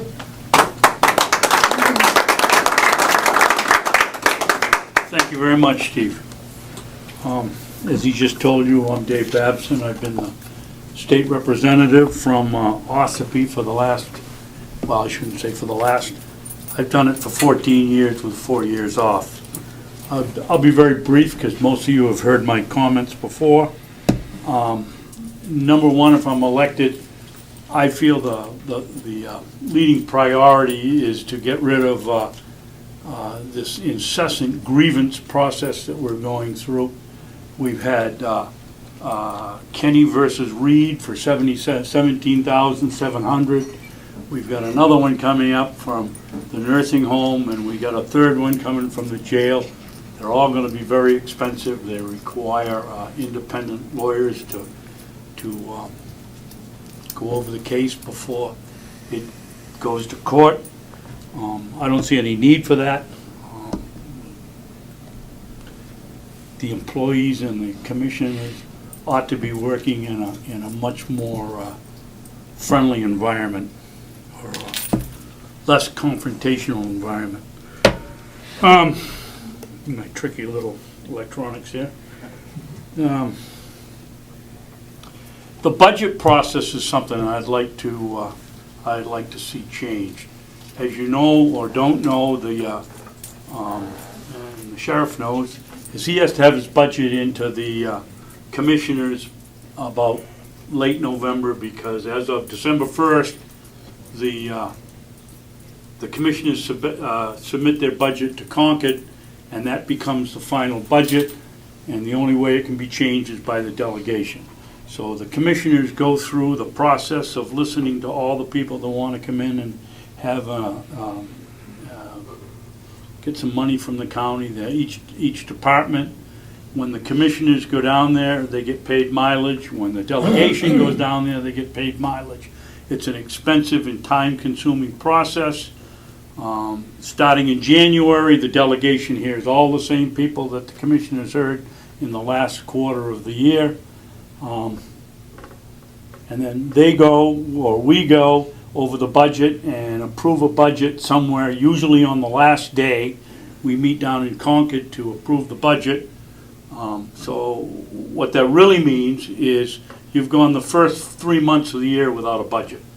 Hopefully nothing goes, no catastrophic thing happens that's going to clean you out. It hasn't ever, but that's the system. You don't have a budget until the second quarter. I think what we ought to do is we ought to go to a fiscal year beginning in July 1st. The argument against that is that 6 months adjustment period where you go from 12 to 18 months is going to cause some kind of confusion. I don't know what it is, but that's what the argument is against it. I also think that perhaps a better way to do the budget would be to have the delegation meet, determine a figure that they want to spend the coming year, and then turn it over to the commissioners to apportion that amount of money. We are paying them $30,000 between the three of them to do the job, to run the business, and I think we ought to give them the opportunity to do that. Somebody asked a question about the farm. I think it was you, Charlie. The farm, there is revenue there. There's $40,000 a year in hay. There's $30,000 a year, I believe that's the figure, in wood. The young man that runs it, 3 years ago, we didn't sell one bag of campfire wood. This year he'll sell 8,000 at $3.50 a piece. That's another $28,000. Not clear profit because we buy the wood in rather than cut it and haul it in ourselves. There was $2,500 worth of blueberries last year. That's not, most of those aren't sold to the public, they're just sold to the help that we have in the nursing home. I guess that's the revenue for the farm. Unfortunately, we call the snow plowing and the mowing of the grass and the landscape maintenance, those are all farm duties for which it's just from one pocket to the other. The nursing home makes a paper change against the farm, or the farm bills the nursing home for their use of their equipment and the time and the labor. The same thing happens with the administration building, which the sheriff's is in it, so it's all, yes, sir. So we're paying somebody to mow the lawns up at No, at the no, county no, hall? the farm, that's one of the big arguments. The farm's losing money because they were charging, I think it was 3 years ago, $20 an hour for a man and a machine, when the rest of the world was getting 75. So naturally, they're gonna be whole. It's just a paper shift, Charlie. But, so there is some revenue from that. It's, if you wanna call it revenue, we gotta pay it one way or another, whether we pay it to the, to an outside vendor, or we pay it to the farm. Stephen? You're discussing wood. Why is government in the wood business? We have a lot of people in this area who do wood for a living. Government has an unfair advantage against the people of Carroll County. The farm put a request in for a $30,000 wood processor. How many people in this area in Carroll County that do wood for a living, free enterprise, would like to be able to go out and take $30,000 and buy a brand new wood processor? How is it right for the government to be in the wood business? Do you know how much they charge for a cord of wood? Last year it was $250. That's correct. What, if you go and you look in the Conway Sun daily, there'll be 15 or 20 people selling firewood in there. Are there any in there selling them for $250? No, most of them are $200, $180, $190, $125. I agree with you. They shouldn't be out cutting the price on wood because they get free help. But my goodness, if they can get $50 more a cord because they do a better job selling it, why shouldn't they get it? Why should I pay higher taxes because somebody wants to go and sit in the jail rather than come out and cut wood? But that's the point. What is the farm? The farm is, what does the farm produce? Does it, the farm I just is told no you what farm, it produced. But it doesn't, it's not a farm. It's not a farm. Exactly an argument I've had since I started going there 5.5 years ago, and since I've been on the delegation 14. To call it a farm is a misnomer, but there are farm products produced there. Call it what you want, the maintenance department, But why is vacation land, whatever you want, they provide a service, period. I mean, But what why are the people of the county paying for the government to run a farm? We just heard one gentleman wants to know why they're not out working. You want to know why they're not sitting in their cells. I prefer to have them out working. That's not what I said. Well, what else are they going to do? I didn't talk about the prisoners. I'm saying, why are the people, why is government in Carroll County and the people of the county paying to run a farm? Government's not supposed to be in the farm business. Who's going to do the maintenance work? I mean, what difference does it make whether you call it a farm or a maintenance department? It still has to be done, or you go to an outside bidder.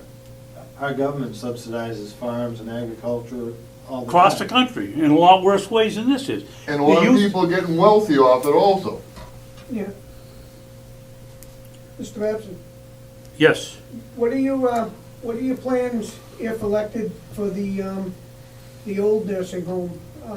That seems to be a big issue, I think, at this moment, of what to do with this building. I think it's a great establishment, and there's a lot of things I think that we could do with it. I'm just kind of curious what it is that you think we can do with it. My position all along has been, don't tear it down. When they first went out for bid, they were going to take one wing off and save the other two.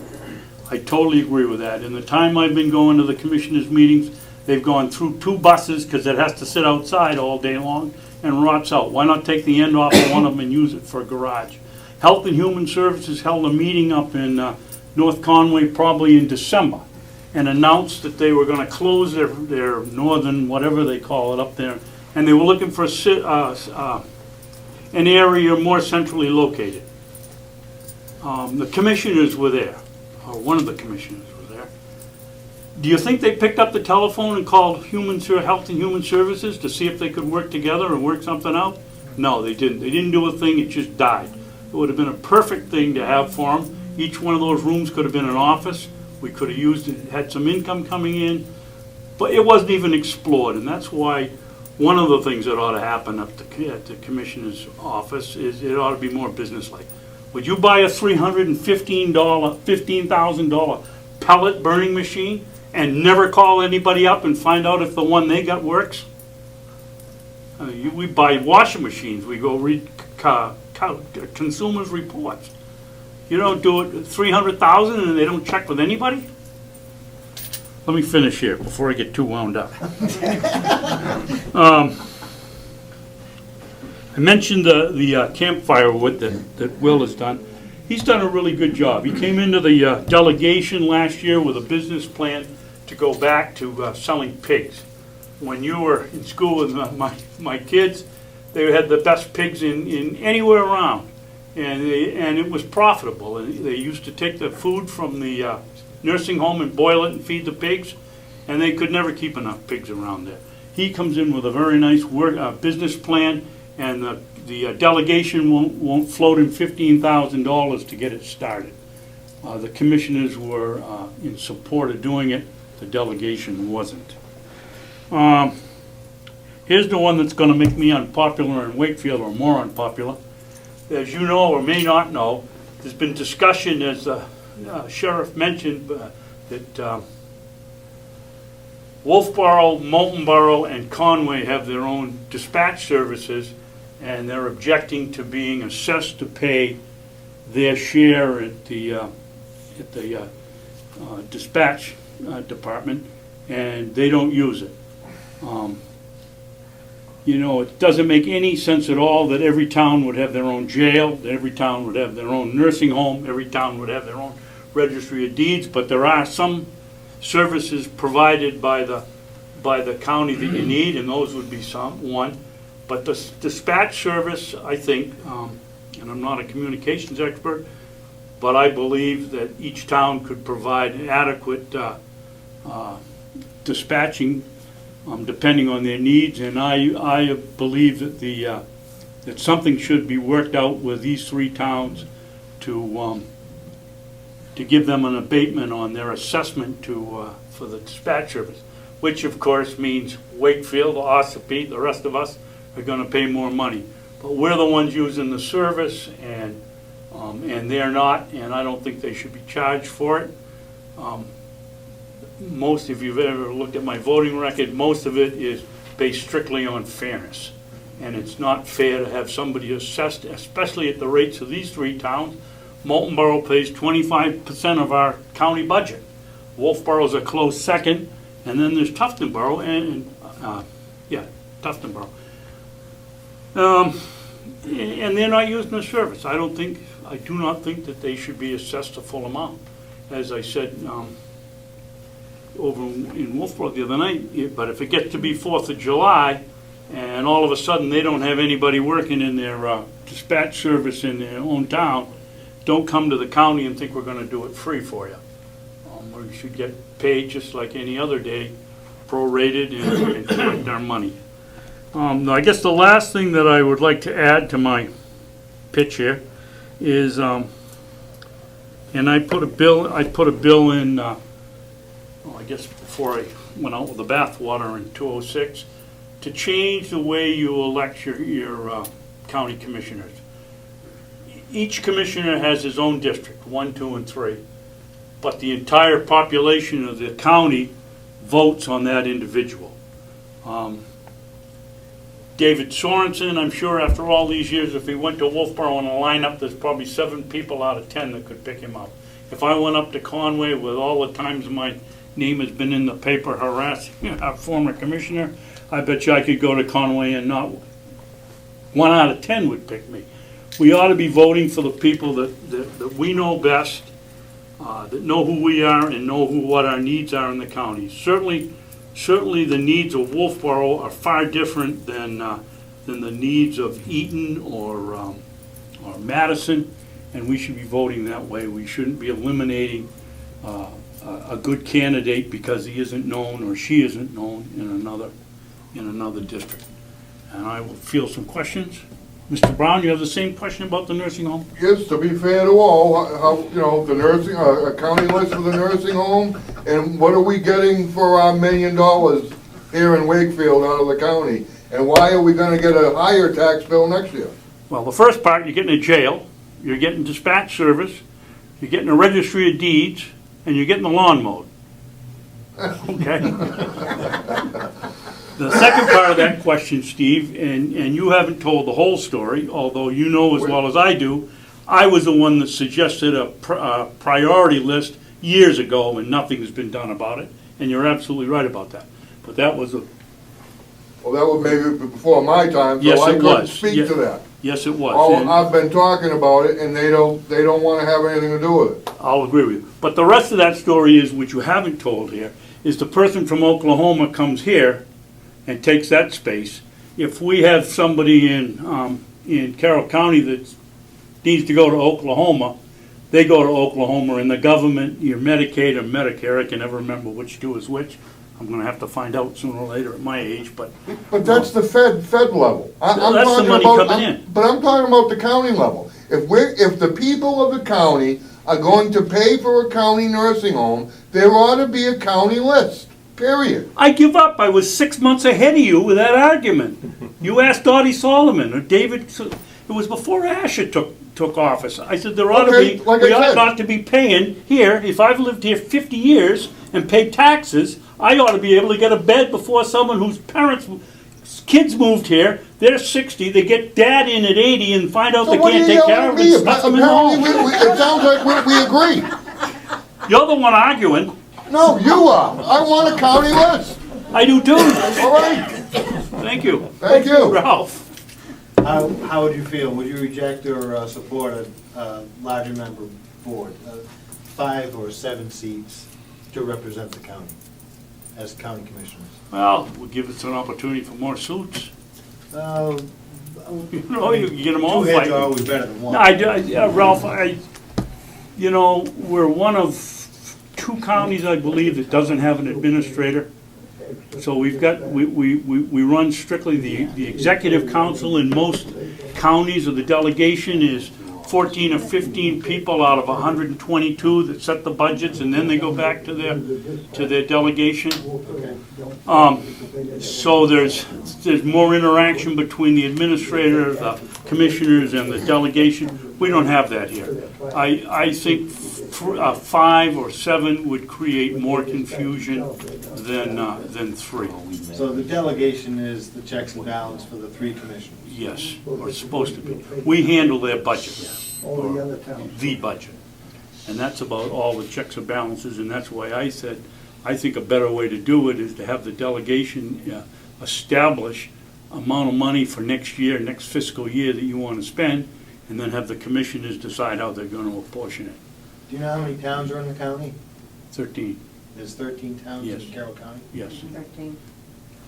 And that includes the non-incorporated, Arts location. Hearts and Hills. How many towns in our county? 13. 13. I thought there was 18. That's counting a couple twice. East and west. Not Hills and Potts. Very good, anyway, thank you very much. HR director or administrator? HR, No administrator? no. I gotta ask you one more question. Go ahead. I was up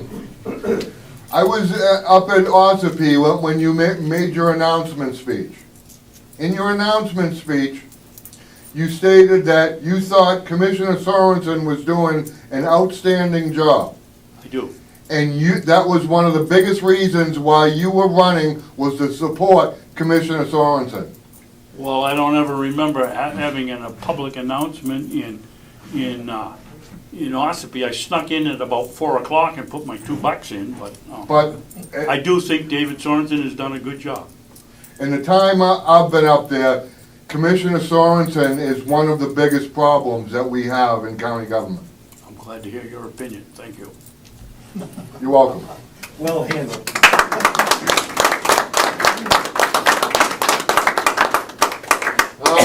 Next, we'd like to welcome Neal Boyle, who's also running for county commissioner.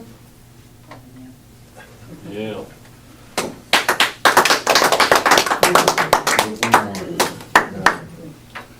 Well, I think he walked in. So much for the ladies before gentlemen, but then I'm not a gentleman. Okay, there's a part of me that just wants to get up here and say, yeah, what they just said. There's a lot of it, everybody has gone to the root of the problem. But let me give you my take on how I will handle this. First of all, my name is Neal Boyle. I'm running for County Commissioner from District 1. And yes, I agree with you on the district business. I'm currently a second-term selectman for the town of Freedom. Why am I running? Probably pretty much what he said. Myself and the other two selectmen are going to spend probably the rest of the year hammering out a budget to keep our tax rate reasonable. Just about the time we sit back, congratulate ourselves on what we've done, we're going to get slammed with a bill from the county. We also get slammed from the state and the schools that we don't have any control over. But the county one, for some reason or other, really ticked me off last year. And that's when I started looking into it. My background, there's a little card on your table. I'll tell you about my grandchildren, blah, blah, blah, blah, blah, blah. You all have them, you all know what it's like. My background is manufacturing management and financial management. 40-odd years in the business. Worked for a lot of big companies, worked for some very small companies. What I see in the county government right now, and I guess I'm probably pretty much on track because everybody else has echoed this, there seems to be a management problem, that the management skills aren't being utilized the way they should. I read in the paper about this little affair or that little affair that goes up. And one of the things that drives me crazy about it, it's been going on for 4 years. It's been going on for 5 years. Rookie Manager's Handbook. If you have a personnel issue, you nip it right away. You deal with it. You don't let it ride. We've got budget problems. The county population over the past 10 years has grown by approximately 9%. County budget, 104%. I come from Freedom. Now, you guys probably aren't going to give me an awful lot of sympathy, but over the last 6 years, we've paid $3 million to the county. We can't do it. We just can't do that. That's just a fact of life. Freedom isn't going to grow that way. We're a stagnant, small community, and we like it that way. We can't deal with increasing bills from the county. With that, somebody's going to jump out of his seat and say, "What would you cut?" Well, it's not going to be motherhood and apple pie. Okay? Those are usually things that get thrown out, and you really just want to get talked out of it. And that's not the way you manage. You manage by taking that budget and crawling through it on your hands and knees and looking for the 10 cents here and the 20 cents here and the 30 cents over here. And then you go from there. I've heard the questions asked, should we have this, should we have that? You need to look closely, with just a fine tooth comb at every single line on that budget. Where can you save? What is reasonable? What business were we in 1840, back when I was a kid, that we shouldn't be in now? Is it still reasonable for us to be doing some of these things? I'm not all that sure. I'm going to walk into a situation where the budget will be handed to me with a little yellow ribbon, and I can't do a tinker's toot about it during the first year. It's only after that that I can have some impact on that budget. And it's going to take a lot of hard work, a lot of working with the people that do the actual management. When you get out and know all of your managers, who they are, most of them are great people. Most people are great people. Every now and again, you're going to get one that's not so great. And that's when you start documenting. And you start going by the numbers, nothing flashy, nothing exciting, just document and document and document and counsel and work with the people. Management is not a flashy business, and it shouldn't be. Third part of this whole thing is open communications. Letting the world know what you're going to do. Go out, do it, tell the world what you did. Let everybody know what is going on. They've got a website right now. It's less than optimal. Is that diplomatic enough? On that website, as a very minimum, I should be able to go there tomorrow morning and get the agenda for Wednesday's meeting. I'm lucky if I can get into the website or drill down to the box that talks about what they're doing. Well, there's nothing there, it's under construction. They need a way of communicating with everybody. You need to communicate what's good, what's bad, what's indifferent. As I said, tell the world what you're going to do it. Tell the world what you did, warts and all. When you mess up, you mess up. Mommy thought I was trainable. Let's hope she was right. We've talked a lot about, should I be paying for this? Should I be paying for that? Well, the county has only one reason for its existence, and that is to do those jobs that Freedom, Wakefield, A, can't do, B, doesn't want to do. I don't think Wakefield wants a jail any more than Freedom does. Locking Tommy up every New Year's Eve kind of gets old. I mean, that's about our prison population. The county is big enough to spread the cost of that out over all of the towns so that we can afford to have a decent jail, that it can be run correctly. But I don't think this is being utilized enough. I think there are a lot of ways that the county could use what's called aggregate management. I have talked to a couple of road agents, small towns. They buy their sand for the winter. Well, they can't buy enough sand in that town to get to the price breaks. What would happen if the county bought the sand or set the contract and then shipped it out to the individual towns, or even had it delivered to the individual towns? 2 years ago, Freedom was having just a little teeny weeny problem with our ambulance service. And so she said, hey, you want enough already, take a walk. And then we had to solve the problem.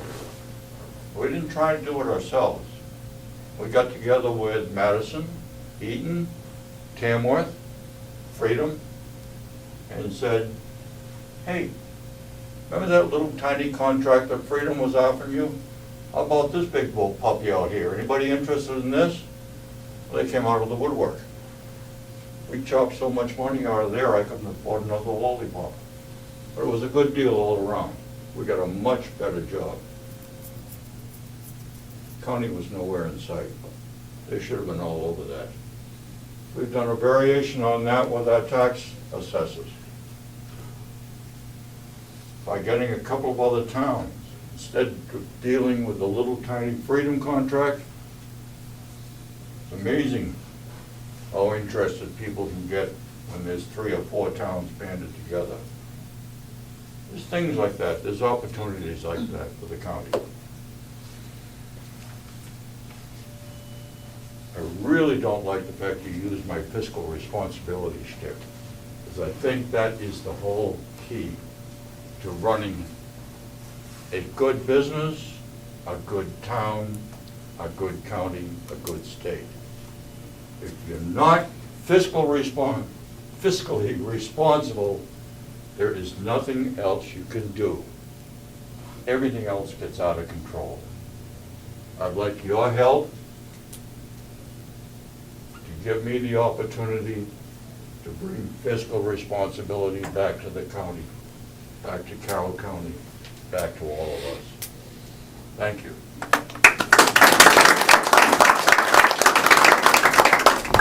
Mr. Boyle, could you touch on the county list for the nursing home, please? I'm sorry? Could you touch on the county list for the nursing home? Touch on it very briefly. The whole nursing home issue in, what's this, 2012? I'm not sure we belong in the business right from the get-go.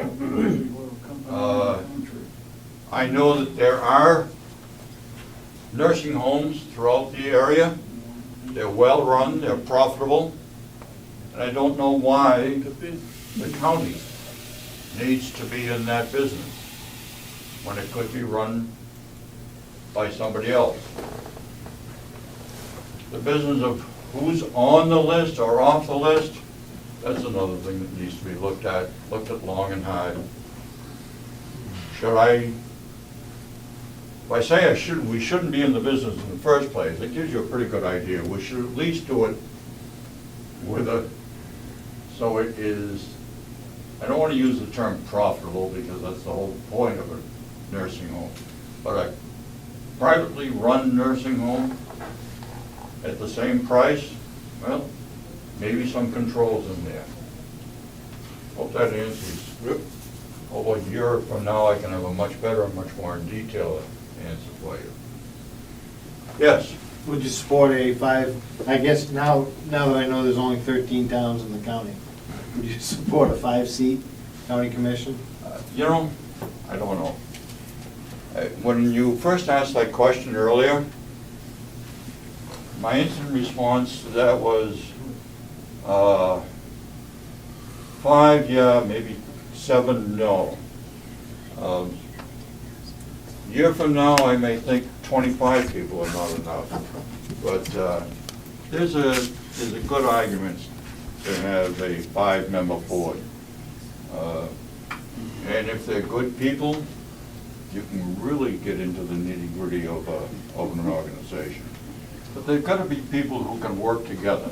I was gonna say, if you can't get 3 work together, how are you supposed to get 5? I'm sorry? Well, I was gonna say, if you can't get 3 work together, how are you gonna get 5? That's a big number. That is it, and that, yeah, again, what a manager does. In all of the companies I worked for, when I was the manager, if I picked up the wrench, and maybe I could use that wrench 10 times better than the clown who was doing it now. The minute I pick up that wrench and do it myself, we're in trouble. You manage you teach, you educate, you find a way to make people work together. He doesn't like him, he doesn't like her, there's issues going on over here. You find a way to make those people work together and want to do it. Or it's the highway. Probably for you, if you can't do it. But the minute the manager picks up a tool, big trouble. He's not doing his job. That's it. Thank you. And last but not least, we'd like to welcome Kathleen Maloney, who's also running for Carroll County Commissioner. I will not talk long because of the hour. I don't know a lot of you people other than the candidates, so I'll give you a little background on myself. I'm a graduate of Kingswood Regional High School. I worked at the county farm when they had all those farm animals, which fed the nursing home patients. Made enough money to go to nursing school at New Hampshire Hospital School of Nursing, worked for the state for 2 years, joined the Navy. I signed a 3x3, did 6 because it was so much fun. Got married, went into the reserves, did that for 2 years. I'm now in the inactive reserves on call if they need me for another 5.5 years.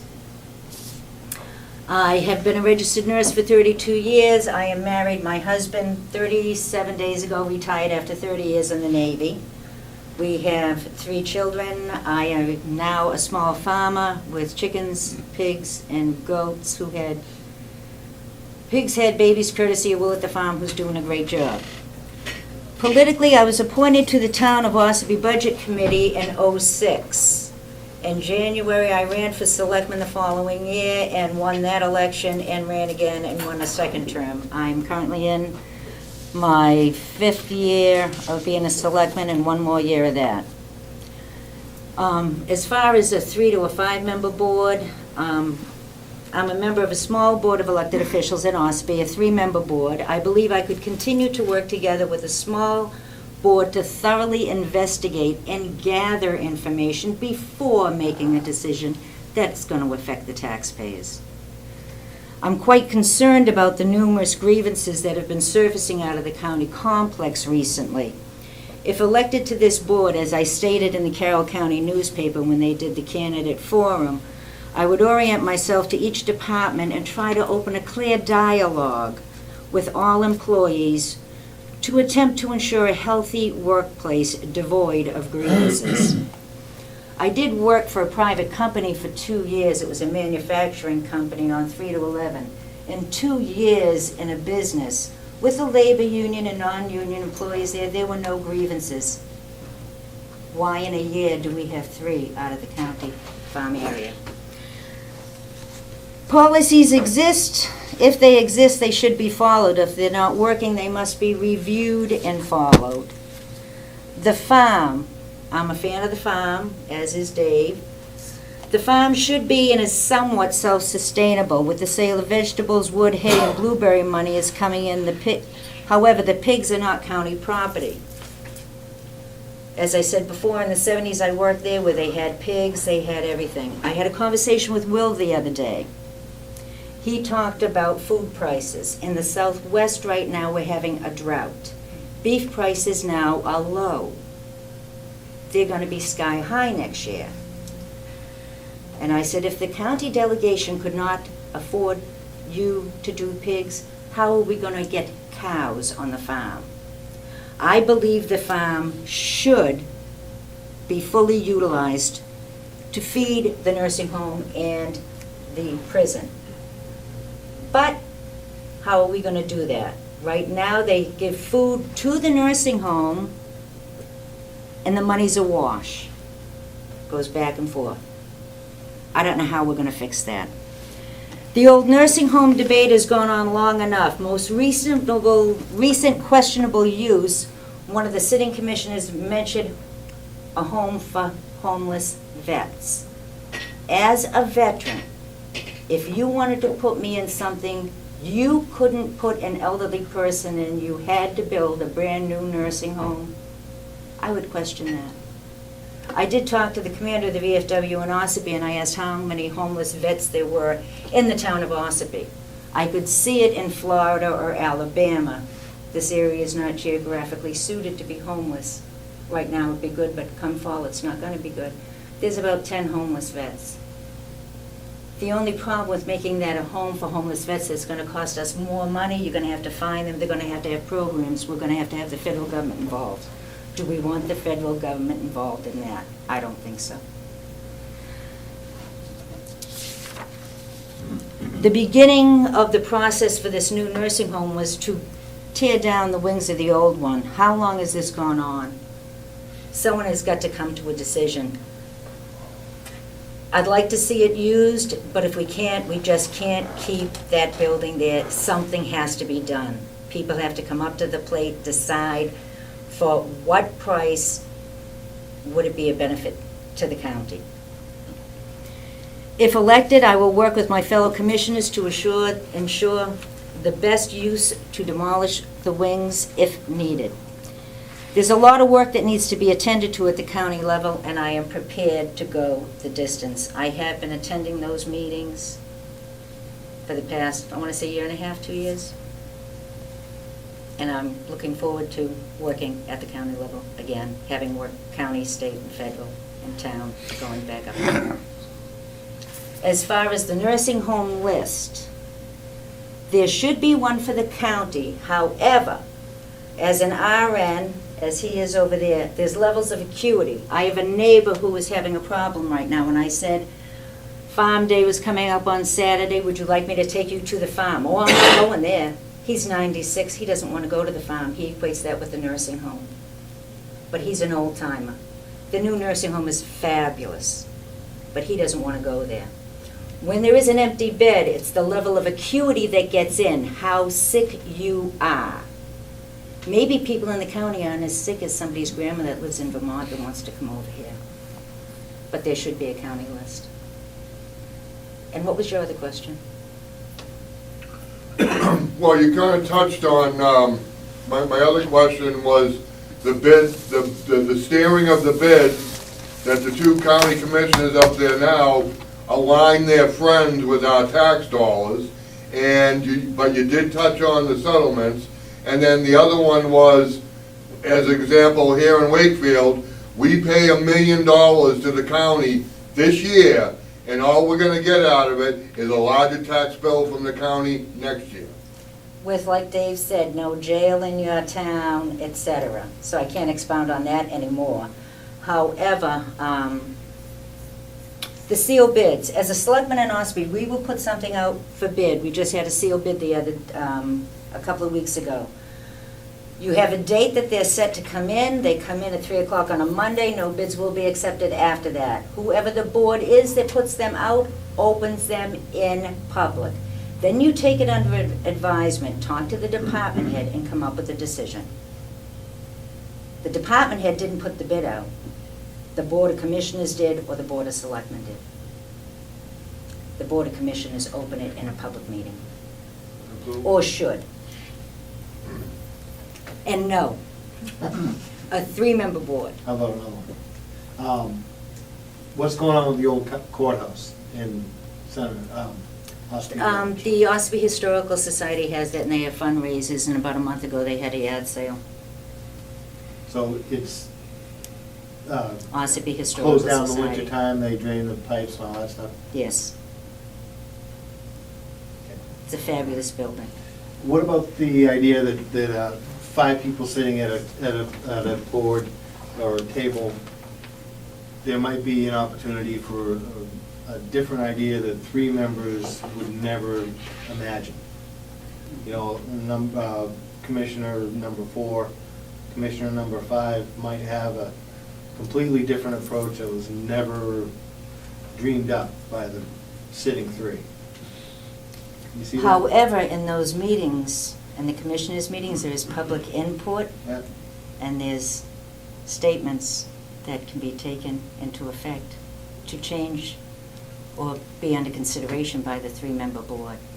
But if you have a 5-member board, that's another $20,000 you're going to have to pay a year, and if we're already complaining about, Either that, or you can decrease the existing 3 take that 30,000, divide it by 5, and get 6 apiece. That's, Not for the guy who lives in Bartlett with his travel costs. Just Take an away the idea. incentive. That's a good thing. I mean, you decrease your thought process, I guess, if you let 2 other people decide something for you. I understand. No, I mean, I don't just- mind thinking. I just do like the idea of more people involved as far as fresh ideas and stuff like that.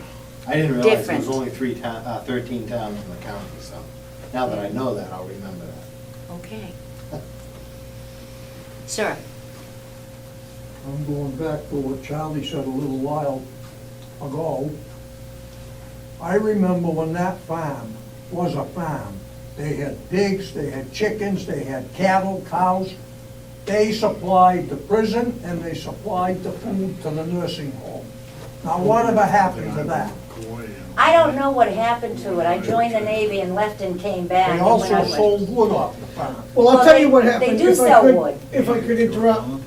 The problem is rules and regulations have overcome us completely, where life is not the same anymore. When you can't take a perfectly good grain-fed pig and feed it to somebody without somebody stamping the pig before we go to do it, that's our issue, is it? Because you can't just do this anymore like we used to be able to. Or walk to your neighbor and give them a pie, because the next thing you know, somebody's gonna stick a fingernail in there and sue your neighbor because he brought you an apple pie, you know? So I think that we got issues in other ways, other problems too. I'll go down for $5 to Staples and I'll get a stamp. That's what you need today. But to me, it's rules and regulations that have we've been Overcome logic. overcome by big I didn't think it might rules be and so. regulations. Overcomplicated a simple operation. Exactly. You re-engineer But that what right. shouldn't be. And that's on a federal and state and local bureaucracy. And then it's the insurance companies that are running this country now, because everybody, and I don't care who you are, is I'm not saying us here, I'm just saying general Sue people happy. are sue happy. You stub your toe, that's the problem with having these inmates do things, pick the garbage up off the street. Well, the first thing they're gonna do is they're gonna go out and they got an ingrown toenail and they're gonna stub it and they're gonna bleed, and then the next thing you know, they're gonna sue the town for allowing them to walk on the unqualified pavement that they just picked up the town road. Unqualified pavement. Just make sure it's all qualified and that won't happen. Are there any other questions? Thank you very much. Thank you.